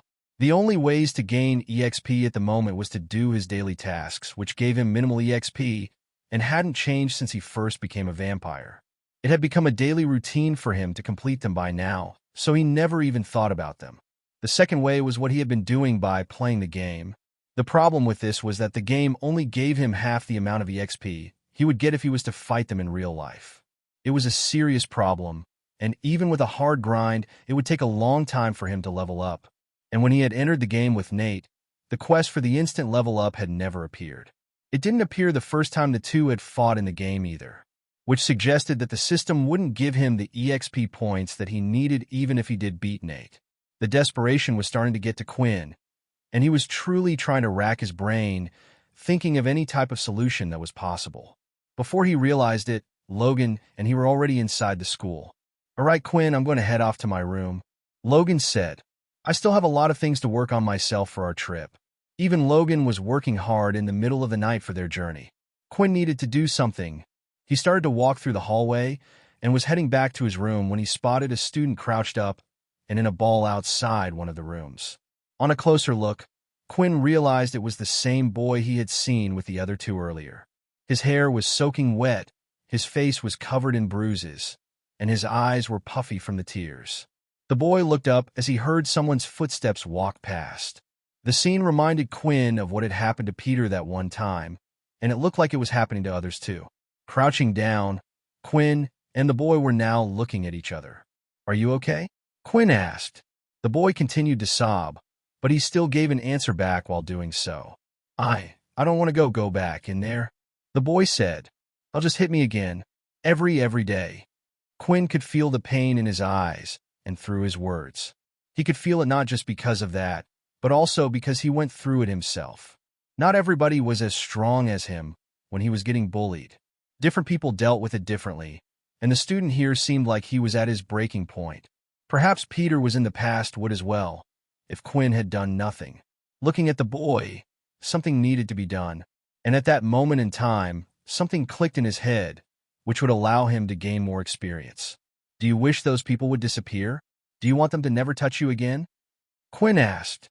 The boy remained silent as he didn't know what Quinn was getting at. "I'm asking you, do you want them to go away?" Clenching his fist, the boy shouted. "Of course I do. I want them out of my life forever." Standing up, Quinn walked down the hallway to his room and had a smile on his face while speaking. "Then I'll grant you your wish." It was lunchtime and Vorden was currently out on his own on the park bench, relaxing and wondering what was happening lately. How everything just felt a little off with everyone. Logan never really hung out much and skipped classes most of the time. He had that privilege of being a VIP student and would mostly stay in his room. So he understood that. As for the girls, he didn't really hang around with them much either. But lately, he hadn't even seen Layla, and whenever he did, he noticed that CIA was sticking to her like glue. He hated to admit it, but Vorden was feeling a little lonely. Without Fex and Peter, the only other one he would hang out with was Quinn. Quinn had lately been obsessed with the game like a madman. Every spare second they would have, he would be spending it playing the game, even at night. This left Vorden alone all on his own. "I wonder what I should do for this summer," Vorden said, while looking up at the blue sky. "I'm surprised my family didn't contact me about that whole protecting Quinn situation. Maybe they're just waiting for me to go back and give me a telling off then. This is not good for my mental health." "You're telling us," Ratton said in his head. "Don't think about going back. In fact, don't even mention it. You're already driving Syl mad." He's covering his ears and rolling back and forth faster than ever. "Just stick with whatever the boy's doing. He's an orphan, remember. If he's staying at the school, just stay with him. If you're really bored, why don't you look after Syl and let me take over?" Vorden thought about it for a while. He did feel bad for Ratton sometimes. The only time he let him out was when he needed him to fight. He tried keeping him out around the others, but no one was to be seen around here, anyway. Syl wasn't bothered too much and just enjoyed sitting on his own in the dark room. "Fine," Vorden said, and then allowed Ratton to sit in the chair and take over. Immediately, Ratton got up from the school bench and started to look around. He spotted 3 schoolgirls, and he walked towards them. While walking, he tapped one of the boy students on the shoulder. "Earth power, huh? This will be handy." As he got close to the 3 girls, he spotted his target and lifted his hand up. At the same time as he did that, a very small earth stump was made. The girl's foot had collided with it, which caused her to fall. "Ah!" she screamed, but then in the next moment, she felt someone grab her with both hands. "Are you okay there? You nearly fell over," Ratton said. When she opened her eyes, she noticed she was being held by a blonde beauty, who wasn't just perfect in the looks department, but also a gentleman. Vorden, watching the whole thing, just shook his head non-stop. The two things he likes doing, fighting and hitting on girls. Once the school day was over and Ratton had his fun, they switched back and entered the dorm room. They discovered that Quinn was once again nowhere to be seen. Assumingly, he should be busy playing the game. He knew Quinn was trying to get stronger before the vampires attacked, so he didn't want to bother him too much. So instead, Vorden decided he would go and pay a visit to Logan. Perhaps he could shine some more light on what Quinn was thinking. Although Quinn was playing the game for most of the day, right now he wasn't, and it was his current alibi to the others, if they knew where he was. He had waited for the sun to set, and when it had, he decided to put on his full costume and mask. Using his shadow cloak, he hid off into the forest by the side, waiting for the boys he had seen the other day. Bullies usually had a set routine and a spot they would pick to do things. Although it didn't matter much in this school, since the teachers didn't do anything in the first place and Quinn was going to use this to his advantage. If they didn't do anything about the bullies in the first place, then even if he was to fight them, they equally shouldn't care what he did either.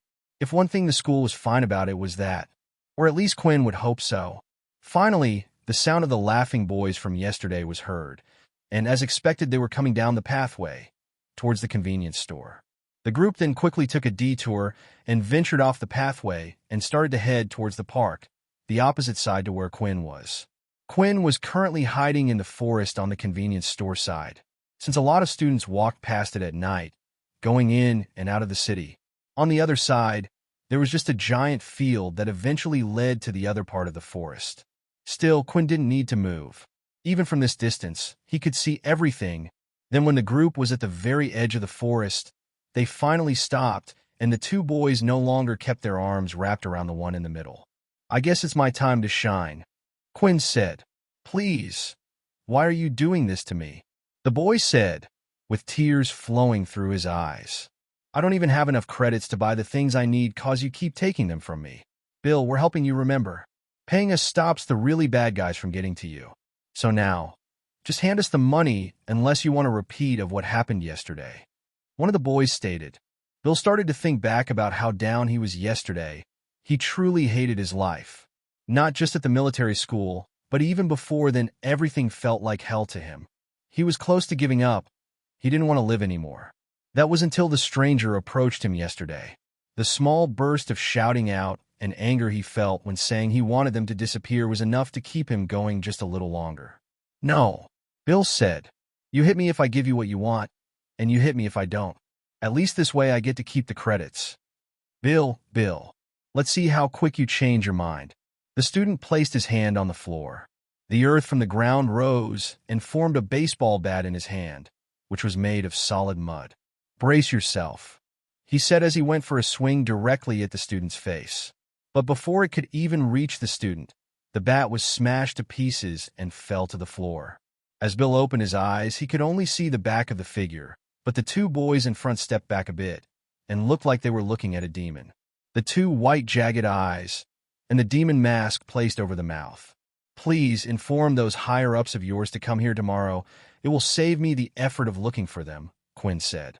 Although his voice had been altered by the mask and making it sound much deeper and menacing. The student standing by his side, out of panic, stomped his foot, creating a pillar of his own. It traveled like a bent snake going right for Quinn, but with a single bare-handed fist, he smashed the pillar to pieces. Walking over to the two slowly, he said a few last words. "If you touch this boy again, I will be back." The students, using all their will, fought back from their fear and were about to use their abilities. But without seeing anything, both of them were suddenly sent flying backwards through the air, going across the fields. They couldn't breathe from the blow, and their lunch that day was already coming out of their mouth. Level 4 students have been defeated. 40 EXP. 40 EXP. 1040/51200. The EXP still wasn't enough. He looked at the two students far away who were still on the ground. He was having trouble controlling his strength and was actually going to do a little more. Looking at them, he thought about the other option to gain EXP. If he was to kill them like before, he would get an additional 80 EXP for both of them. However, it was pointless. It wasn't worth the trouble for such a small amount of EXP. Also, there was no need to erase their memories, for everything was a part of Quinn's plan. What Quinn was actually hoping for was to kill two birds with one stone. First being helping the people who were continually bullied in the school. Perhaps he couldn't change the entire world, but he could start by changing the school. The second reason, as these guys said, usually there was a chain of command when it came to these bullies groups, and he was hoping to gather the attention of them. As he moved up the ladder, he should face stronger opponents that would eventually give him more EXP. "Thank you," Bill said, but in the next second, the stranger completely disappeared. Way too fast for him to hear his words. From this day forward, Quinn continued to do his nighttime vigilante attacks. He would scout out potential targets, and then when night came, he would stop the bullying victims and earn EXP from the side. As expected, his plan was already working well. Stronger and stronger first years were coming to face him, and his EXP was steadily rising in the process. So far, the highest Quinn had faced was a first-year student at level 6. Even while fighting him, Quinn not once had to use any of his blood abilities. He only used his speed, strength, and stamina. With how much his stamina had increased, he could perform the flash step a number of times, nearly avoiding everything. He was simply too fast and too strong for their abilities to even matter. Eventually, rumors of the night demon who would attack people started to spread around. The effect was even better than he thought. The low-level bullies were too afraid to touch the low levels anymore, for fear that the night demon would come to attack them. What Quinn didn't know was how much this was having an effect at the whole school, including those at the top. Currently, several second years were inside Duke's office. 10 of them, to be exact, one from each classroom. "Report," Duke said. The first person in line didn't say anything, for he was nervous about his answer. 3,000 credits, sir." Suddenly, the calm look on Duke's face had changed. "Did you say 3,000? 3,000? He shouted. "Have you been taking a bigger slice for yourself?" "It's not that," the second-year student replied. "It's this night demon. He's been stopping us from doing our work." "Night demon?" Duke started to look at the student as if he was thick and slowly walked up towards him. The boy was now shaking in his boots, but luckily the other spoke up before he could do anything. "Sir, before you take it out on him, it's true we all have similar numbers. This night demon has greatly hampered our collection. All the first years are afraid of him. All right, so if I get rid of this night demon for you guys, then all will be back to normal, correct?" Duke said, as they all nodded in response. "All right, let's unmask and see who the hell this night demon thinks he is. Interrupting my business. 12460/51200. After 2 weeks of playing the game in his free time and going out acting as a vigilante, Quinn had managed to gain a large amount of EXP. But it was still only around 1/5 of what he needed to level up. It had been 2 weeks, and there were only 2 more weeks left until the planned day of their departure. Still, even if he didn't reach his goal by the deadline, he would still go. Being as close as possible to leveling up would also help him, and perhaps there were some unknown beasts he had never faced before there. However, during lunch period, Quinn had a different place to go to, rather than sticking to his normal routine of going to the VR center. 2 weeks had passed, and this meant that he could now go and collect his specially prepared gauntlets. The excitement could be felt in his footsteps as he went to leave the school and headed on towards the forging area. On his way, Quinn couldn't help but hear the kids talking about something he had an interest in. "Did you hear the night demon struck again yesterday?" a student said. "Yeah, and this time its target was a level 6 student. Doesn't that mean it has to be one of the level 8s who was behind it? Most likely a second year as well?" "Well, that's the thing, right? People are trying to guess his ability, but they have no clue, because he hasn't even used it once during a fight. But I heard it was super strength. I heard it was super speed. Well, it can't be both, can it? The theory is that the armor he's wearing significantly improves his stats, so it might perhaps just be a normal student. They say it's a weak student who used to be bullied, but perhaps came across a treasure at the demon tier armored level. Is that where the name comes from? Well, I think it was based more on his appearance, but more and more people are thinking of this theory. After all, if they were this strong all along, why act now?" Of course, the person the students were talking about was none other than the infamous night demon. Quinn was amazed at how quick it had spread and was pleased with the results. Less bullying was happening around the school, and it was all because of him. When he first found out he had gained so much power, this was what he wanted to accomplish. The problem was that many things kept popping up and getting in his way, and there was always the chance he would meet someone stronger. But right now, he felt a little invincible when comparing himself to the students. Finally, Quinn had arrived at the forging house. There were a few times he had come by before, just to check if it was done any earlier, but Alex would always give the same reply, telling him to bugger off and wait the initial 2 weeks. "Can you count?" Alex would say. "Then stop bothering me, or it will only take longer." It was like a little kid who was too excited about receiving his Christmas presents and was asking someone if he could get them earlier. Now when Quinn arrived at the forger, he would always wait for his reply before entering. There were a few things he noticed. Alex always used the same forging room. Apparently, the other forgers knew of this as well. Alex wasn't exactly popular with the others. He was known to be quite crazy. Things always had to be done a certain way and always needed to be put in a certain place. There weren't many who were willing to work with him. Based on their first meeting as well, Quinn kind of understood why. A few loud knocks were placed on the door, and Alex told him to come in, as he was already expecting him. The furnace wasn't burning like last time, and on the table, Quinn could see a few items.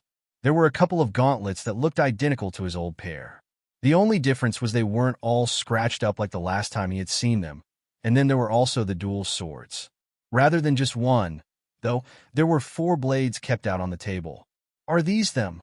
Quinn asked while looking at the gauntlets, a bit disappointed that they looked exactly the same as his old ones. "No, you dingus," Alex replied. "There was another reason why your gauntlets took longer than the usual time frame. After seeing the weapons you gave me, I wanted to know what made them so special. After melting it down, I was even more struck back, as there was a material mixed in that I had never seen or heard of before. I tried searching on the marketplace for it, but still couldn't find anything like it. I thought you had cheated me, and I was nearly going to sell your advanced crystals on the marketplace to make up for your lies." "You were going to do what?" Quinn shouted. "Calm down," Alex replied. "I didn't okay. After melting down the swords you gave me, I noticed that they used the same material in them as well. It started to make me think, maybe you didn't know about this after all. In the end, I tried searching for a replacement that could come out with something of similar quality, and the only thing that worked finally was glathrium. The reason I did this was that I wanted to replicate the techniques and materials used in the creation of your advanced tier weapon. As you can see, the results were great." Using his inspect skill, Quinn could indeed see that the gauntlets had the same exact stats as the ones from the shop. This made him believe he had made the right choice in choosing Alex for the job. His gut feeling was right. Unfortunately, glathrium is extremely expensive, and I only had enough material to create 2 pairs of short swords, a pair of gauntlets, and your advanced tier ones. So, unfortunately, I won't be able to make any more of these until I sell the gauntlets and swords. So the plan might just take a little longer," Alex explained. This was good for Quinn. Right now, he was in no rush to get money in the first place, but was happy that Alex had managed to find a replacement for the unknown material. It was most likely something that was only found on the vampire's planet. However, this might turn out to be for the better. If a vampire was to get a hold of Alex's weapons, perhaps they would be able to see the difference and just claim it as a coincidence. After all, there were slight differences here and there, but the overall shape was similar. "Take one," Alex said. Quinn was surprised by this. When he first met Alex, he thought he was a greedy person, one who would do anything for money, and now he was telling him to take one. "Don't look at me like that," Alex said. "I'm confident in the work I've put into these. I know once a few of these sell on the marketplace, we can start upping the price as word gets around. You were right. I never wanted to work for one of those crummy families in the first place. Being my own boss sounds much nicer, and you gave me this opportunity. Now pick one before I change my mind." Quinn looked at the weapons. He wasn't going to pick the gauntlets since he would be getting a new pair anyway, so instead, he used his inspect skill on the 2 pairs of swords to see if there was a difference on either pair. It turned out there was. "I'll take these 2 then," Quinn said. Alex was now looking at Quinn carefully, seeing if he could figure him out or not, and Quinn was wondering if he had done something wrong. Out of the 2, only one of them had an active skill, so he decided to go for them, and later he would give the weapons to Vorden. During the creation process, Alex could tell only one of these had an active skill. I don't know if you're extremely lucky, or you actually know a thing or two about forging, Alex said, but didn't care to go further. Oh well, I did say you could have one. When forging, even at Alex's level, there wasn't always a guarantee that the final product would have an active skill. The more skillful a forger was and the better the quality of crystals was, the higher chance there was, but still it was never 100%. This fact made Quinn worry a bit, as he wanted to see his advanced tier gauntlets. Putting the swords away in his dimensional space, Quinn was ready. Alex cleared the table of the other weapons and then, from underneath his workbench, he had brought out the new advanced gauntlets. Looking at them, one could tell that they were a thing of beauty. I tried to keep to a similar design as your last pair. I used a red dye with the metal to keep the base of the color of the same. Around the scale like patterns, there is a small silver finish on each end, and finally, as if a volcano ready to erupt, you have blue lines of energy flowing through it at the fingertips down to the forearm. Alex explained, "Those crystals you gave me, I don't know if you got them or someone else did, but it's clear they knew what they were doing. Each of the crystals came from a beast with a lightning element. At the same time, they all must have had different attributes that allowed them to create the ideal gauntlets. Strong skin, sharp tips. This is a complete way original created by me. This is another reason why I let you have one of the weapons. I want to thank you for how much fun it was to work on such a thing of beauty." Looking at the new gauntlets, Quinn couldn't wait to use his inspect skill. It had to have an active skill from the way Alex was describing things. "Leo, wherever you are, thank you for your help," he prayed, opening his eyes. This was the moment Quinn had been waiting for. Inspect. Inspect. Advanced tier gauntlets. Name: Red Voltaic Gauntlets. Strength plus 10. Defense plus 6. Active skill: Thunder Coat. Thunder Coat is an active skill.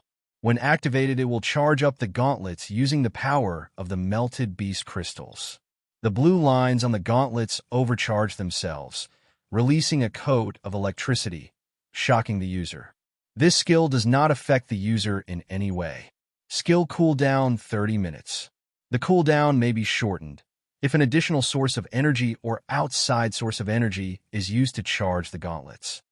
Reading the description, Quinn was over the moon with the results. It was more than he was expecting, and he was finding it hard to hold his smile in. Alex noticed this as well, and now his suspicions were confirmed. For whatever reason, it seemed like Quinn had an eye for things. He couldn't have been a forger himself, though. Otherwise, why would he have the need to seek him out? Alex thought. He thought Quinn was a strange character, but he had now started to grow to like him. Not only because of the opportunity he had presented, but also because he was the first customer that had truly appreciated his work.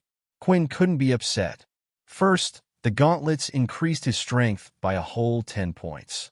This meant his strength would now be at 50 when being used, putting him up to the next bracket. Then there was the active skill. It wasn't just any active skill, though. It was an elemental one. These were one of the more rare types of active skills available. Now Quinn understood what Alex was talking about. How all the beasts having the same elemental attribute helped him in creating the weapon. Once more, he couldn't help but thank Leo enough for supplying him with the crystals.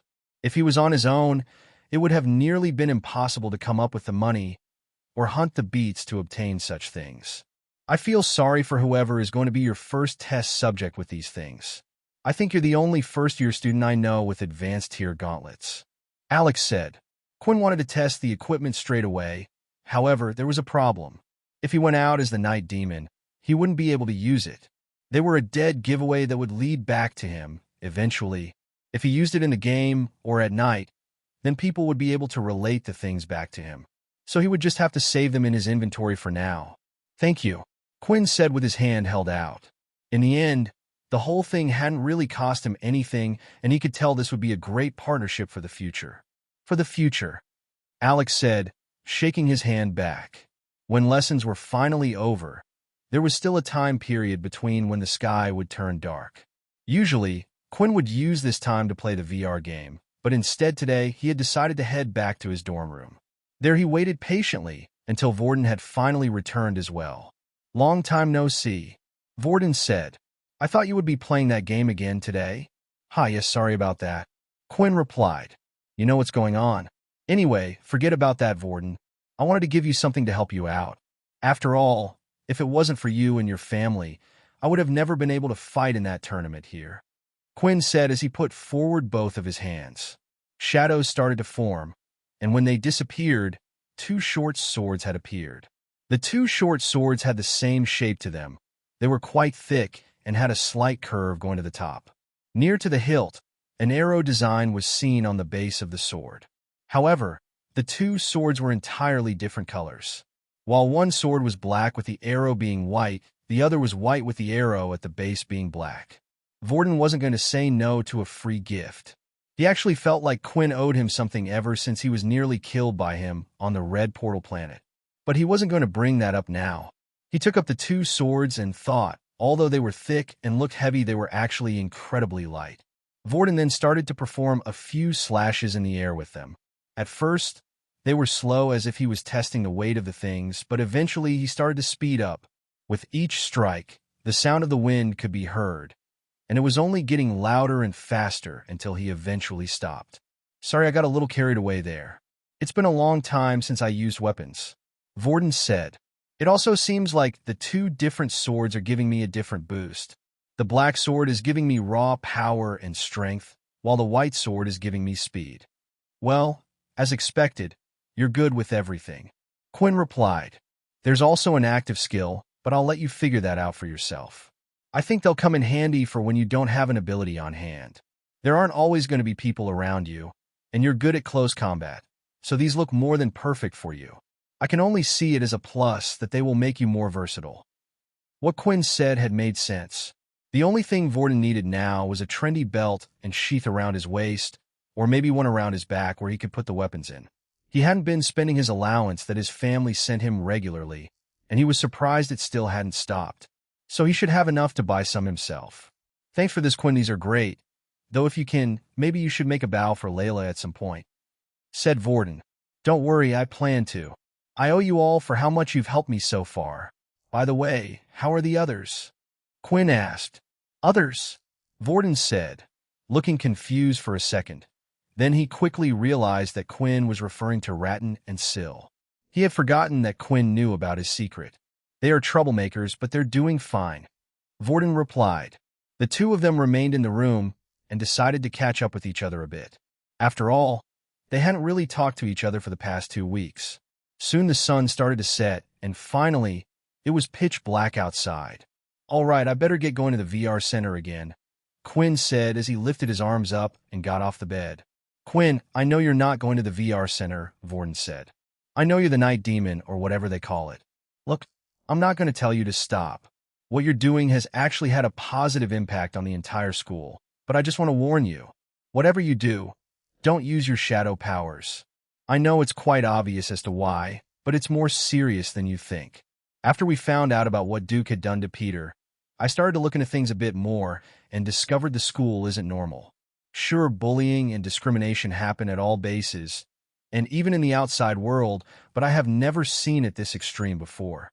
I already told you this before, but I got in contact with my brother just to confirm it, and when he went to his military school at another base, they didn't turn a blind eye as much as these teachers do. This whole thing, with the bullying and the second-year students being involved, it's more like an organized crime ring. If Duke finds out you're interfering with it, then he might come after you personally. Quinn wasn't ignoring his words, but continued to walk towards the door, and he then opened it, but before closing it, he spoke. Good, because that's exactly what I want, Quinn said as he closed the door. After leaving his dorm room, Quinn decided to do the usual. Only this time, he decided to head up to the school roof instead so he could get a better view of everything that was going on. With the Night Demon's name being known well, there were hardly any cases of public bullying going on during the school time. Usually, Quinn would pay attention while in school to choose his next few targets.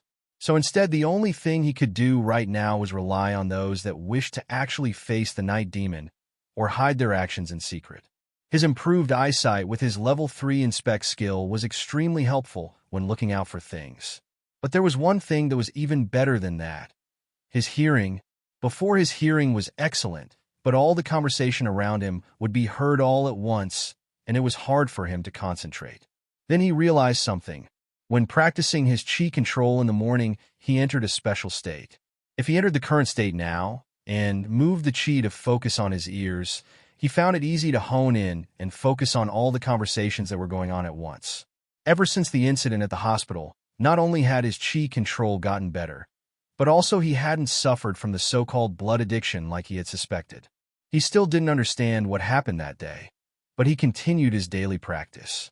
Still, his aura never looked the same, being a mix of white and red making a soft pink color. Some of the two substances hadn't completely combined together just yet. Some of the red could be seen swirling around the pink-sized basketball. But because his understanding of chi was so small, he had no clue what it meant. Just when Quinn thought that perhaps there would be no one out tonight, he heard a voice off in the distance. "No, no. What are you doing?" A girl screamed. After locating where the sound was coming from, off in the distance Quinn could see a boy and two girls. One of the girls was dragging the other along by the hair, while the other boy just continued to watch and laugh while throwing out insults. Now having chosen his target, Quinn disappeared. For 1 second a figure could be seen on the roof, and in the next, he was gone. The girl continued to drag along the other by the hair. It looked like this time, they were heading out further than usual. Most of the bullying that happened so far hadn't been too far from the school grounds. Is it because they're afraid of me? Quinn thought as he continued to follow. They had ventured out of the park, past the convenience store. At first, it looked like they were about to head to the main plaza of the city, but they started to take a detour. Finally, they had reached what looked like a construction site. It was an underdeveloped construction building that was yet to be completely built and only had several piles of dirt moved off to the side. So the area was very open. There was a metal fence that had been temporarily built surrounding all of it, but it was easy to move it to get inside. The fence was there just to show that it was a construction zone. Something's not right, Quinn thought. As the three people were walking, they were constantly looking around them, trying to find someone. At first, Quinn thought it was just because they were scared that the night demon could come out at any second, but they were looking far too much, as if they were expecting him to come. Not only that, but as soon as they had reached the construction site, Quinn could smell another person there waiting behind one of the piles of mud. It's a trap. Although Quinn knew it was a trap, this was what he was waiting for. "Come on, you slut," the girl student said, who said a low level like "you could talk to my boyfriend." She continued to pull the student's head, and in dramatic fashion, the other one continued to scream. "You can stop with the bad acting," a deep voice off from the side said. As all three of them turned around, they could see the night demon. The girl immediately let go, and they all stepped back, slightly shaken. "He's real," the boy said. "Get out of here, I don't want to mess with you. I'm waiting for the person behind that pile of dirt," Quinn said. "Oh, you knew I was here, and you're very confident as well." Out from behind the pile of dirt an adult came out and leaned up against the side of it. He had a large black afro on the top of his head and was wearing square-shaped glasses on his face. But the main thing that stood out about him was his uniform. He wasn't wearing the standard uniform like the students. Instead, he was wearing the uniform the teachers wore. On a closer inspection, Quinn could also see on his shoulder his rank. He wasn't just a normal teacher like Dell, but at the sergeant level like Leo. "You should know who I am," the man said. "But just to remind you, a student should know his place, and it's a grave offense to hurt a sergeant. I'm Dylan White, sergeant under the command of General Duke." There wasn't a need for him to declare who he was. Quinn already knew he was a sergeant from the second year. The reason for saying his name and position was to intimidate him. They knew a student was behind all the attacks, but Quinn wasn't fazed one bit.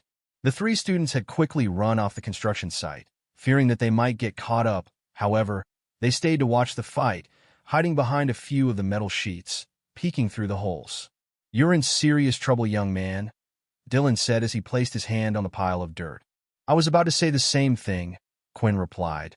Activating his ability, Dylan was able to make multiple small blocks that looked like bricks shoot out from the pile, like a machine gun.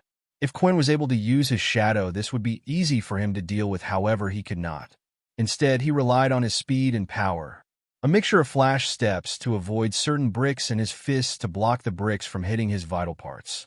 Occasionally, a few would hit him, but the damage was minimal. 92 95ths HP.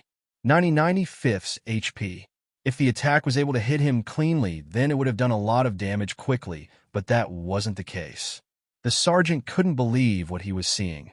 Is his power really super speed, or maybe teleportation? Dylan thought. As Quinn got closer, it was time for a change of tactic. The pile of dirt had gotten smaller in size, which was perfect for him. Now he was able to control it easier, forming two giant hands slightly taller than a human out of it. The two hands reached out to grab Quinn from both sides, and it seemed like there was no chance for him to escape. However, another flash step was performed by Quinn, avoiding the blow completely as the two hands collided into each other, and before Dylan knew it, Quinn was directly by his side. A fist was thrown out fast and planted right into Dylan's stomach. Although the blow had landed, Dylan had remained in the position he was in. Ha!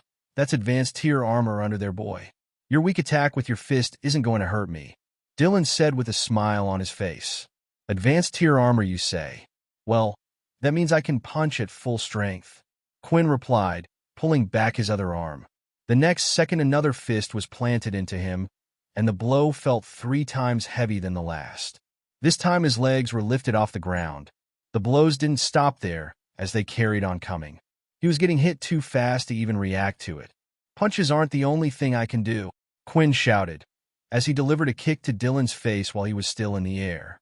The front of his foot hooked onto his head, and Quinn managed to fling him down onto the ground so hard, his body bounced lightly off the solid ground. Coughing out blood from his mouth, Dylan knew he was in trouble. He quickly placed his hand on the floor and shifted himself away with the ground to the other side. Who the hell is this? How are they so strong? I shouldn't have gone easy. I have to use my soul weapon. But suddenly, Dylan realized he couldn't see Quinn, who was on the other side. You think I would let you do that? While still on the ground, surging the energy from his feet, lifting it up through his body, Quinn started to perform the hammer strike, only this time downward. A loud crack was heard as the ground beneath him started forming little fissures, and the armor had been broken. It was like a hammer hitting a nail on the ground, and Dylan was no longer conscious. Congratulations. 10,000 EXP awarded. 22470/51200. Well, I knew he wouldn't level me up based on no quest being received. The 3 students who had been watching couldn't believe it. They were waiting for the sergeant to get up any second now, but he remained on the floor unmoving. They knew they were in danger and didn't want to stay there any longer, thus they decided to bolt out of the area. It was easy for Quinn to catch up to them and stop them, but he didn't want to. He wanted Duke to find out about this. He needed someone stronger than a sergeant. As Quinn left the scene by himself, he started to think about the sergeant's strength he had just fought. Sure, he had underestimated him and hadn't used his soul weapon, but Quinn hadn't used his blood or shadow abilities either. He really had grown in strength, but what he really wanted to do was compare them to the vampires he had met. Based on his experience on knowledge from the system, earlier he would say the sergeants were at the same strength as a vampire noble. Leo, of course, was an anomaly. His power was far greater than a sergeant, but remained at that rank for personal reasons. He would then have to put a general strength at the level of the vampire knights the system had talked about, similar to Fex's sister. Then you had the 8 head generals, where their strength was the same as that of a vampire lord, which was also known as a leader. This would then mean that he would have to place the vampire king at the level of the supreme commander. It was probably because of the power levels around the world being so equal that none of these forces had decided to attack each other. They were just waiting for one or the other to weaken. This, however, was only a theory by Quinn. He had no clue how strong the vampire kings or leaders actually were, and that included the generals. But soon, he felt like he would face his toughest challenge yet. It was late at night when Duke had finally received the message about what had happened to one of his sergeants. He was at his desk enjoying a drink thinking everything was over, but as soon as one of his other sergeants had informed him, he crushed the glass in his hand, shattering it everywhere. "Would you like me to ask one of the other sergeants to try to deal with this, sir?" A man said by his side. No need. I want to deal with this runt personally by myself, and this time, I won't let him live," Duke said. It wasn't long before the entire school had found out about the incident. Duke's team had tried to keep it under wraps, but it was impossible to keep something as shocking as this a secret. The people most to blame were the 3 students who had witnessed everything at that time. It was an unbelievable sight to them that they felt the need to just share it with everybody. Did the Night Demon really defeat a sergeant? Yeah, and apparently there were no abilities used either again. No one still has any clue who it is. Does that mean the rumor about him having demon tier equipment is true? Or maybe he just has an overall enhancing ability. Nothing special, but just being a superhuman altogether. Anyway, that's not the big issue. The problem is now a teacher was involved, and it was one of Duke's men. This might just get serious. The students' hunches were right. Instead of the standard normal lessons that the kids would have all day, they were called out to one of the training fields instead. This included first year as well as the second year students. The field was mainly used for the second years for combat practice and all other sorts of training, while the first years mostly used an indoor center.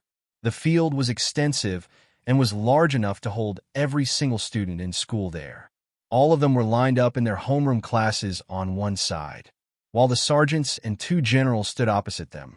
Now there were only 3 sergeants on either side.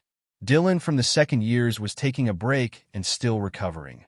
Although the truth was Duke didn't want someone who had embraced and failed him standing by his side. And from the first years, they still hadn't filled in Leo's replacement yet. Duke stood forward and was the first one to speak. You are all here today because of me. At first, I wasn't going to make a big deal about this, but as I'm sure you all already know, something horrible happened to Dylan yesterday. At first, Duke had never planned on doing something like this, but as soon as he heard that all of the students already knew about yesterday's events, he decided to change his plan. Yesterday, Dylan was investigating a bullying case between some second-year students. While trying to stop it, an unknown person had chosen to interfere. I hear people refer to him as the Night Demon. For some reason, this person chose to attack and gravely injure one of our sergeants. Hearing this, the students started to whisper amongst themselves, especially those in the first year. But I thought the Night Demon only went after bullies? Yeah, I was saved by him, and he didn't even touch me. He didn't even let me say thank you. The teachers have never tried stopping these bullying acts before. Who is the general trying to fool? I hear some of you think of this person as a hero. The Duke continued. But I assure you he is not. He doesn't care about any of you. He has his own agenda in all of this. Why did he only appear now? Where was he before? And now his true colors are being shown as he started to attack innocent people as well. I'm here now to ask the Night Demon to come forward. If you do, then your punishment will be lightened. However, if you do not, you can't blame me for my actions. Duke said. One of the students hearing all this was getting angrier as he heard Duke carry on. This student was Bill, the first student who was saved by the Night Demon. Although the others didn't know this, he was also the one who spread the name and rumors after noticing that the Night Demon continued to do these vigilante acts. He thought if he continued to spread out the good word, maybe he could help others.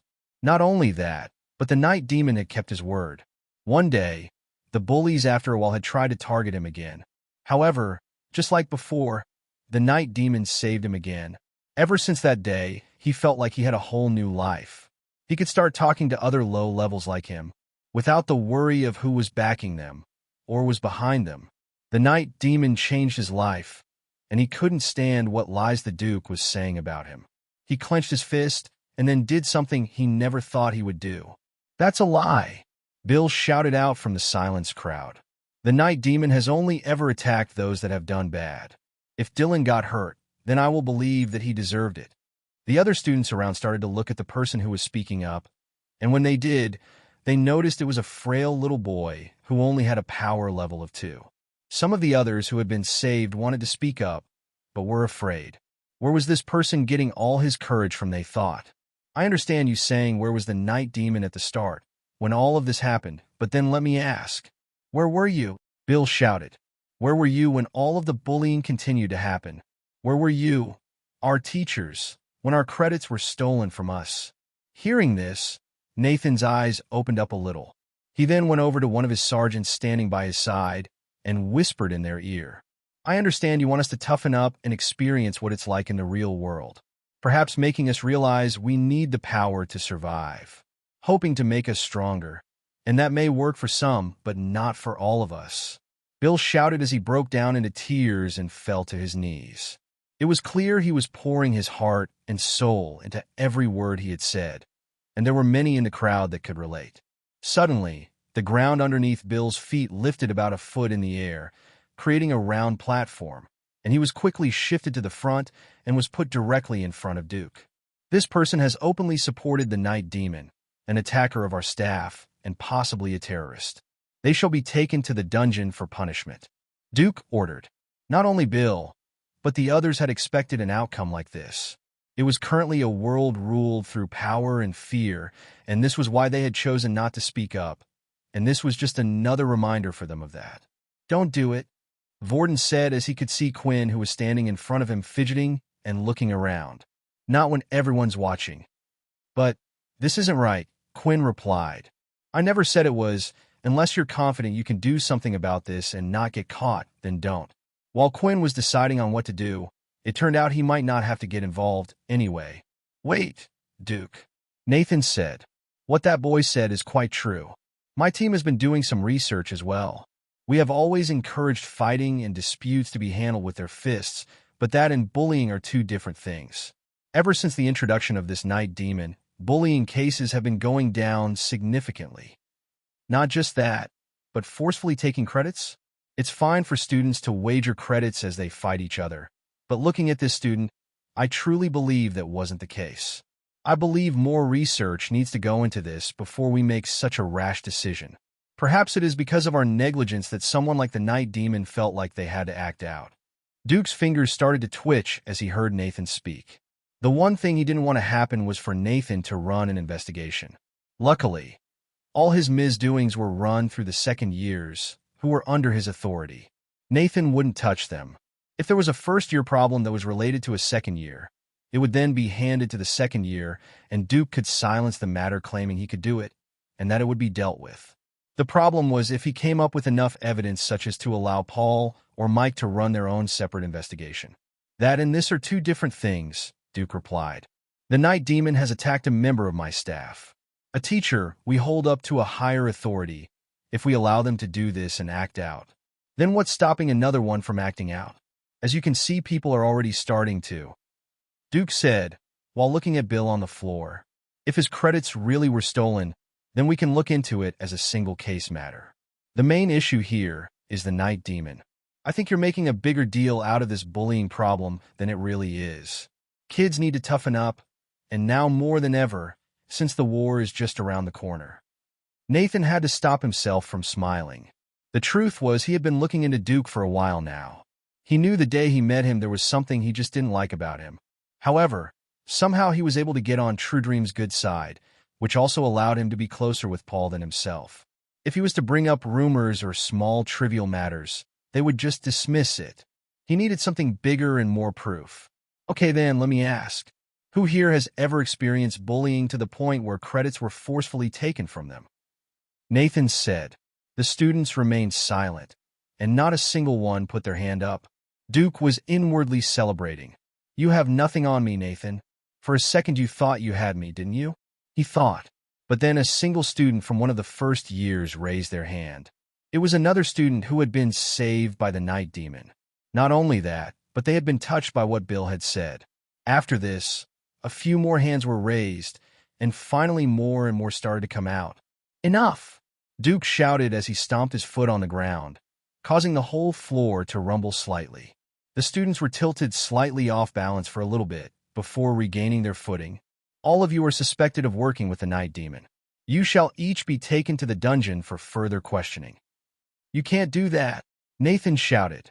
Most of those students are first-year students and they're under my control. Go ahead, Nathan. Duke replied. What are you going to do? Force me to stop? No, because you know you can't. Your little blind man is no longer by you to help you in situations like these. Nathan was beginning to curse at himself for not being strong enough.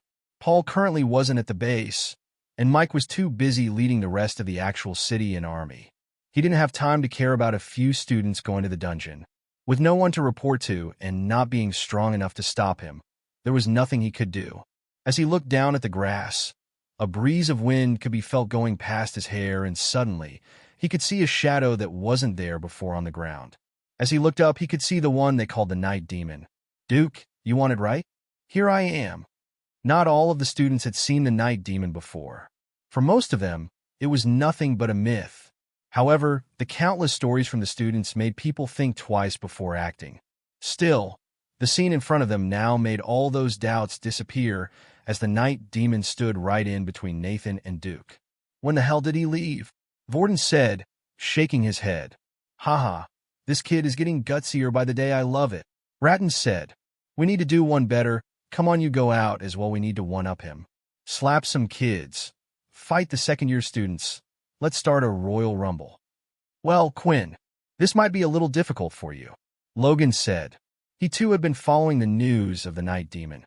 As the creator of the outfit, he knew in an instant that it was Quinn.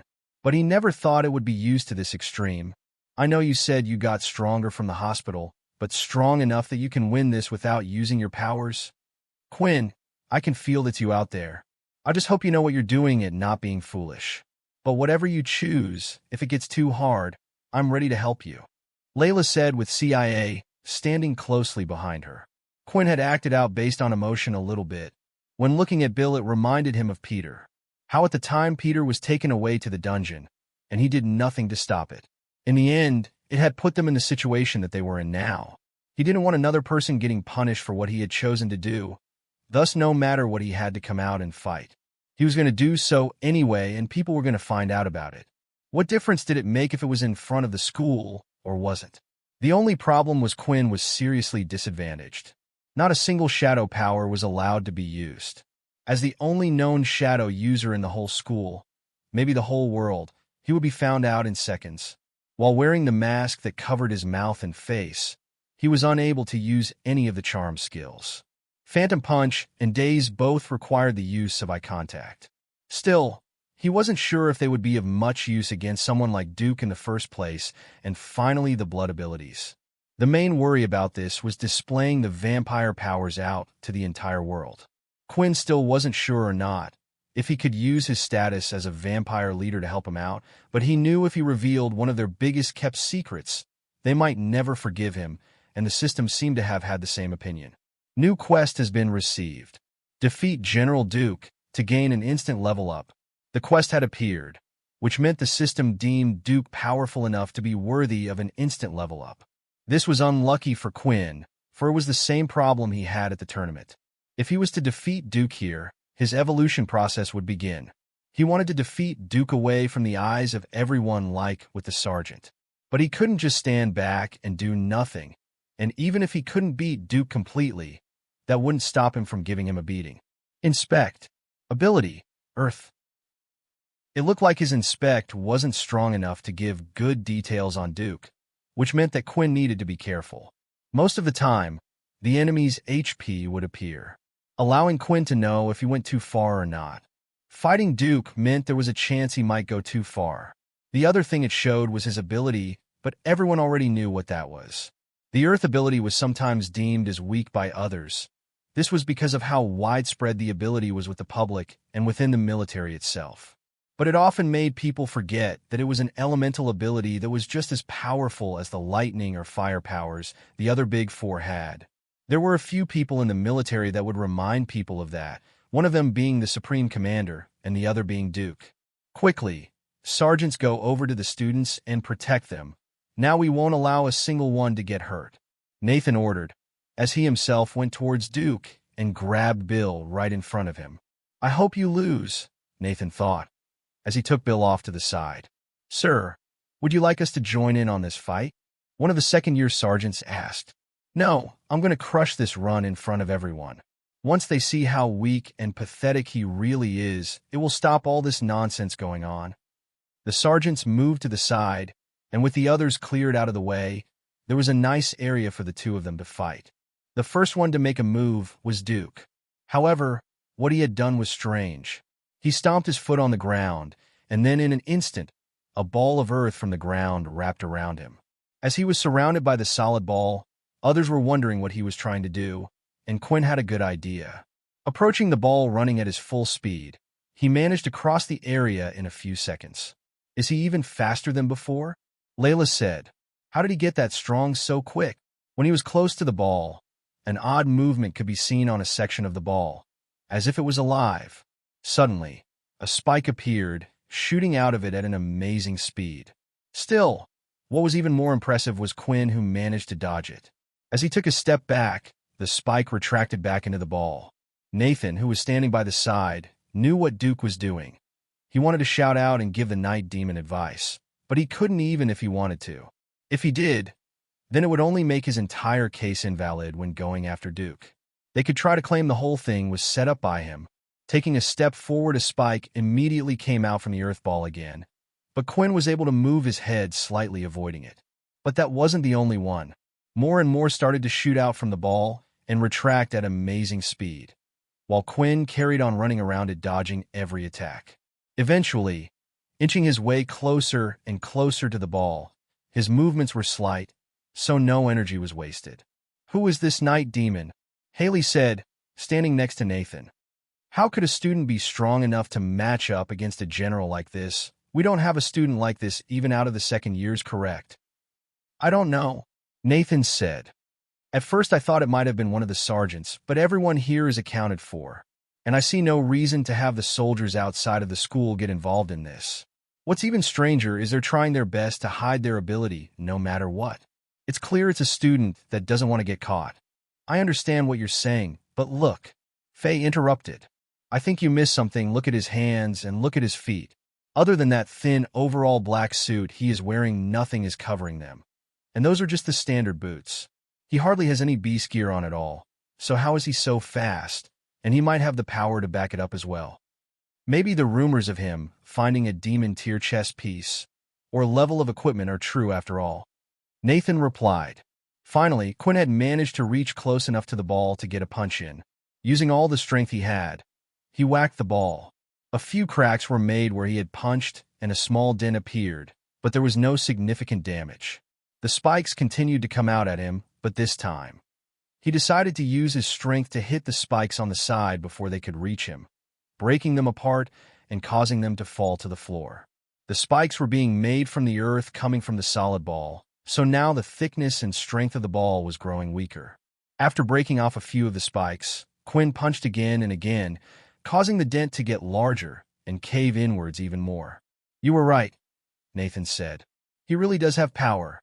I've never seen anyone being able to break the ball before." Finally, noticing that he had significantly weakened a part of the ball, Quinn lifted his leg above his head and swept it down as fast as he could, hitting a section of the ball with the heel of his foot. The concave area had broken, and slowly cracks started appearing throughout the whole ball until finally the whole thing had crumbled. Still, something had caused Quinn to jump back, and this something had started worrying him. Now Quinn finally understood what Duke was doing under the ball all this time. He was activating his soul weapon.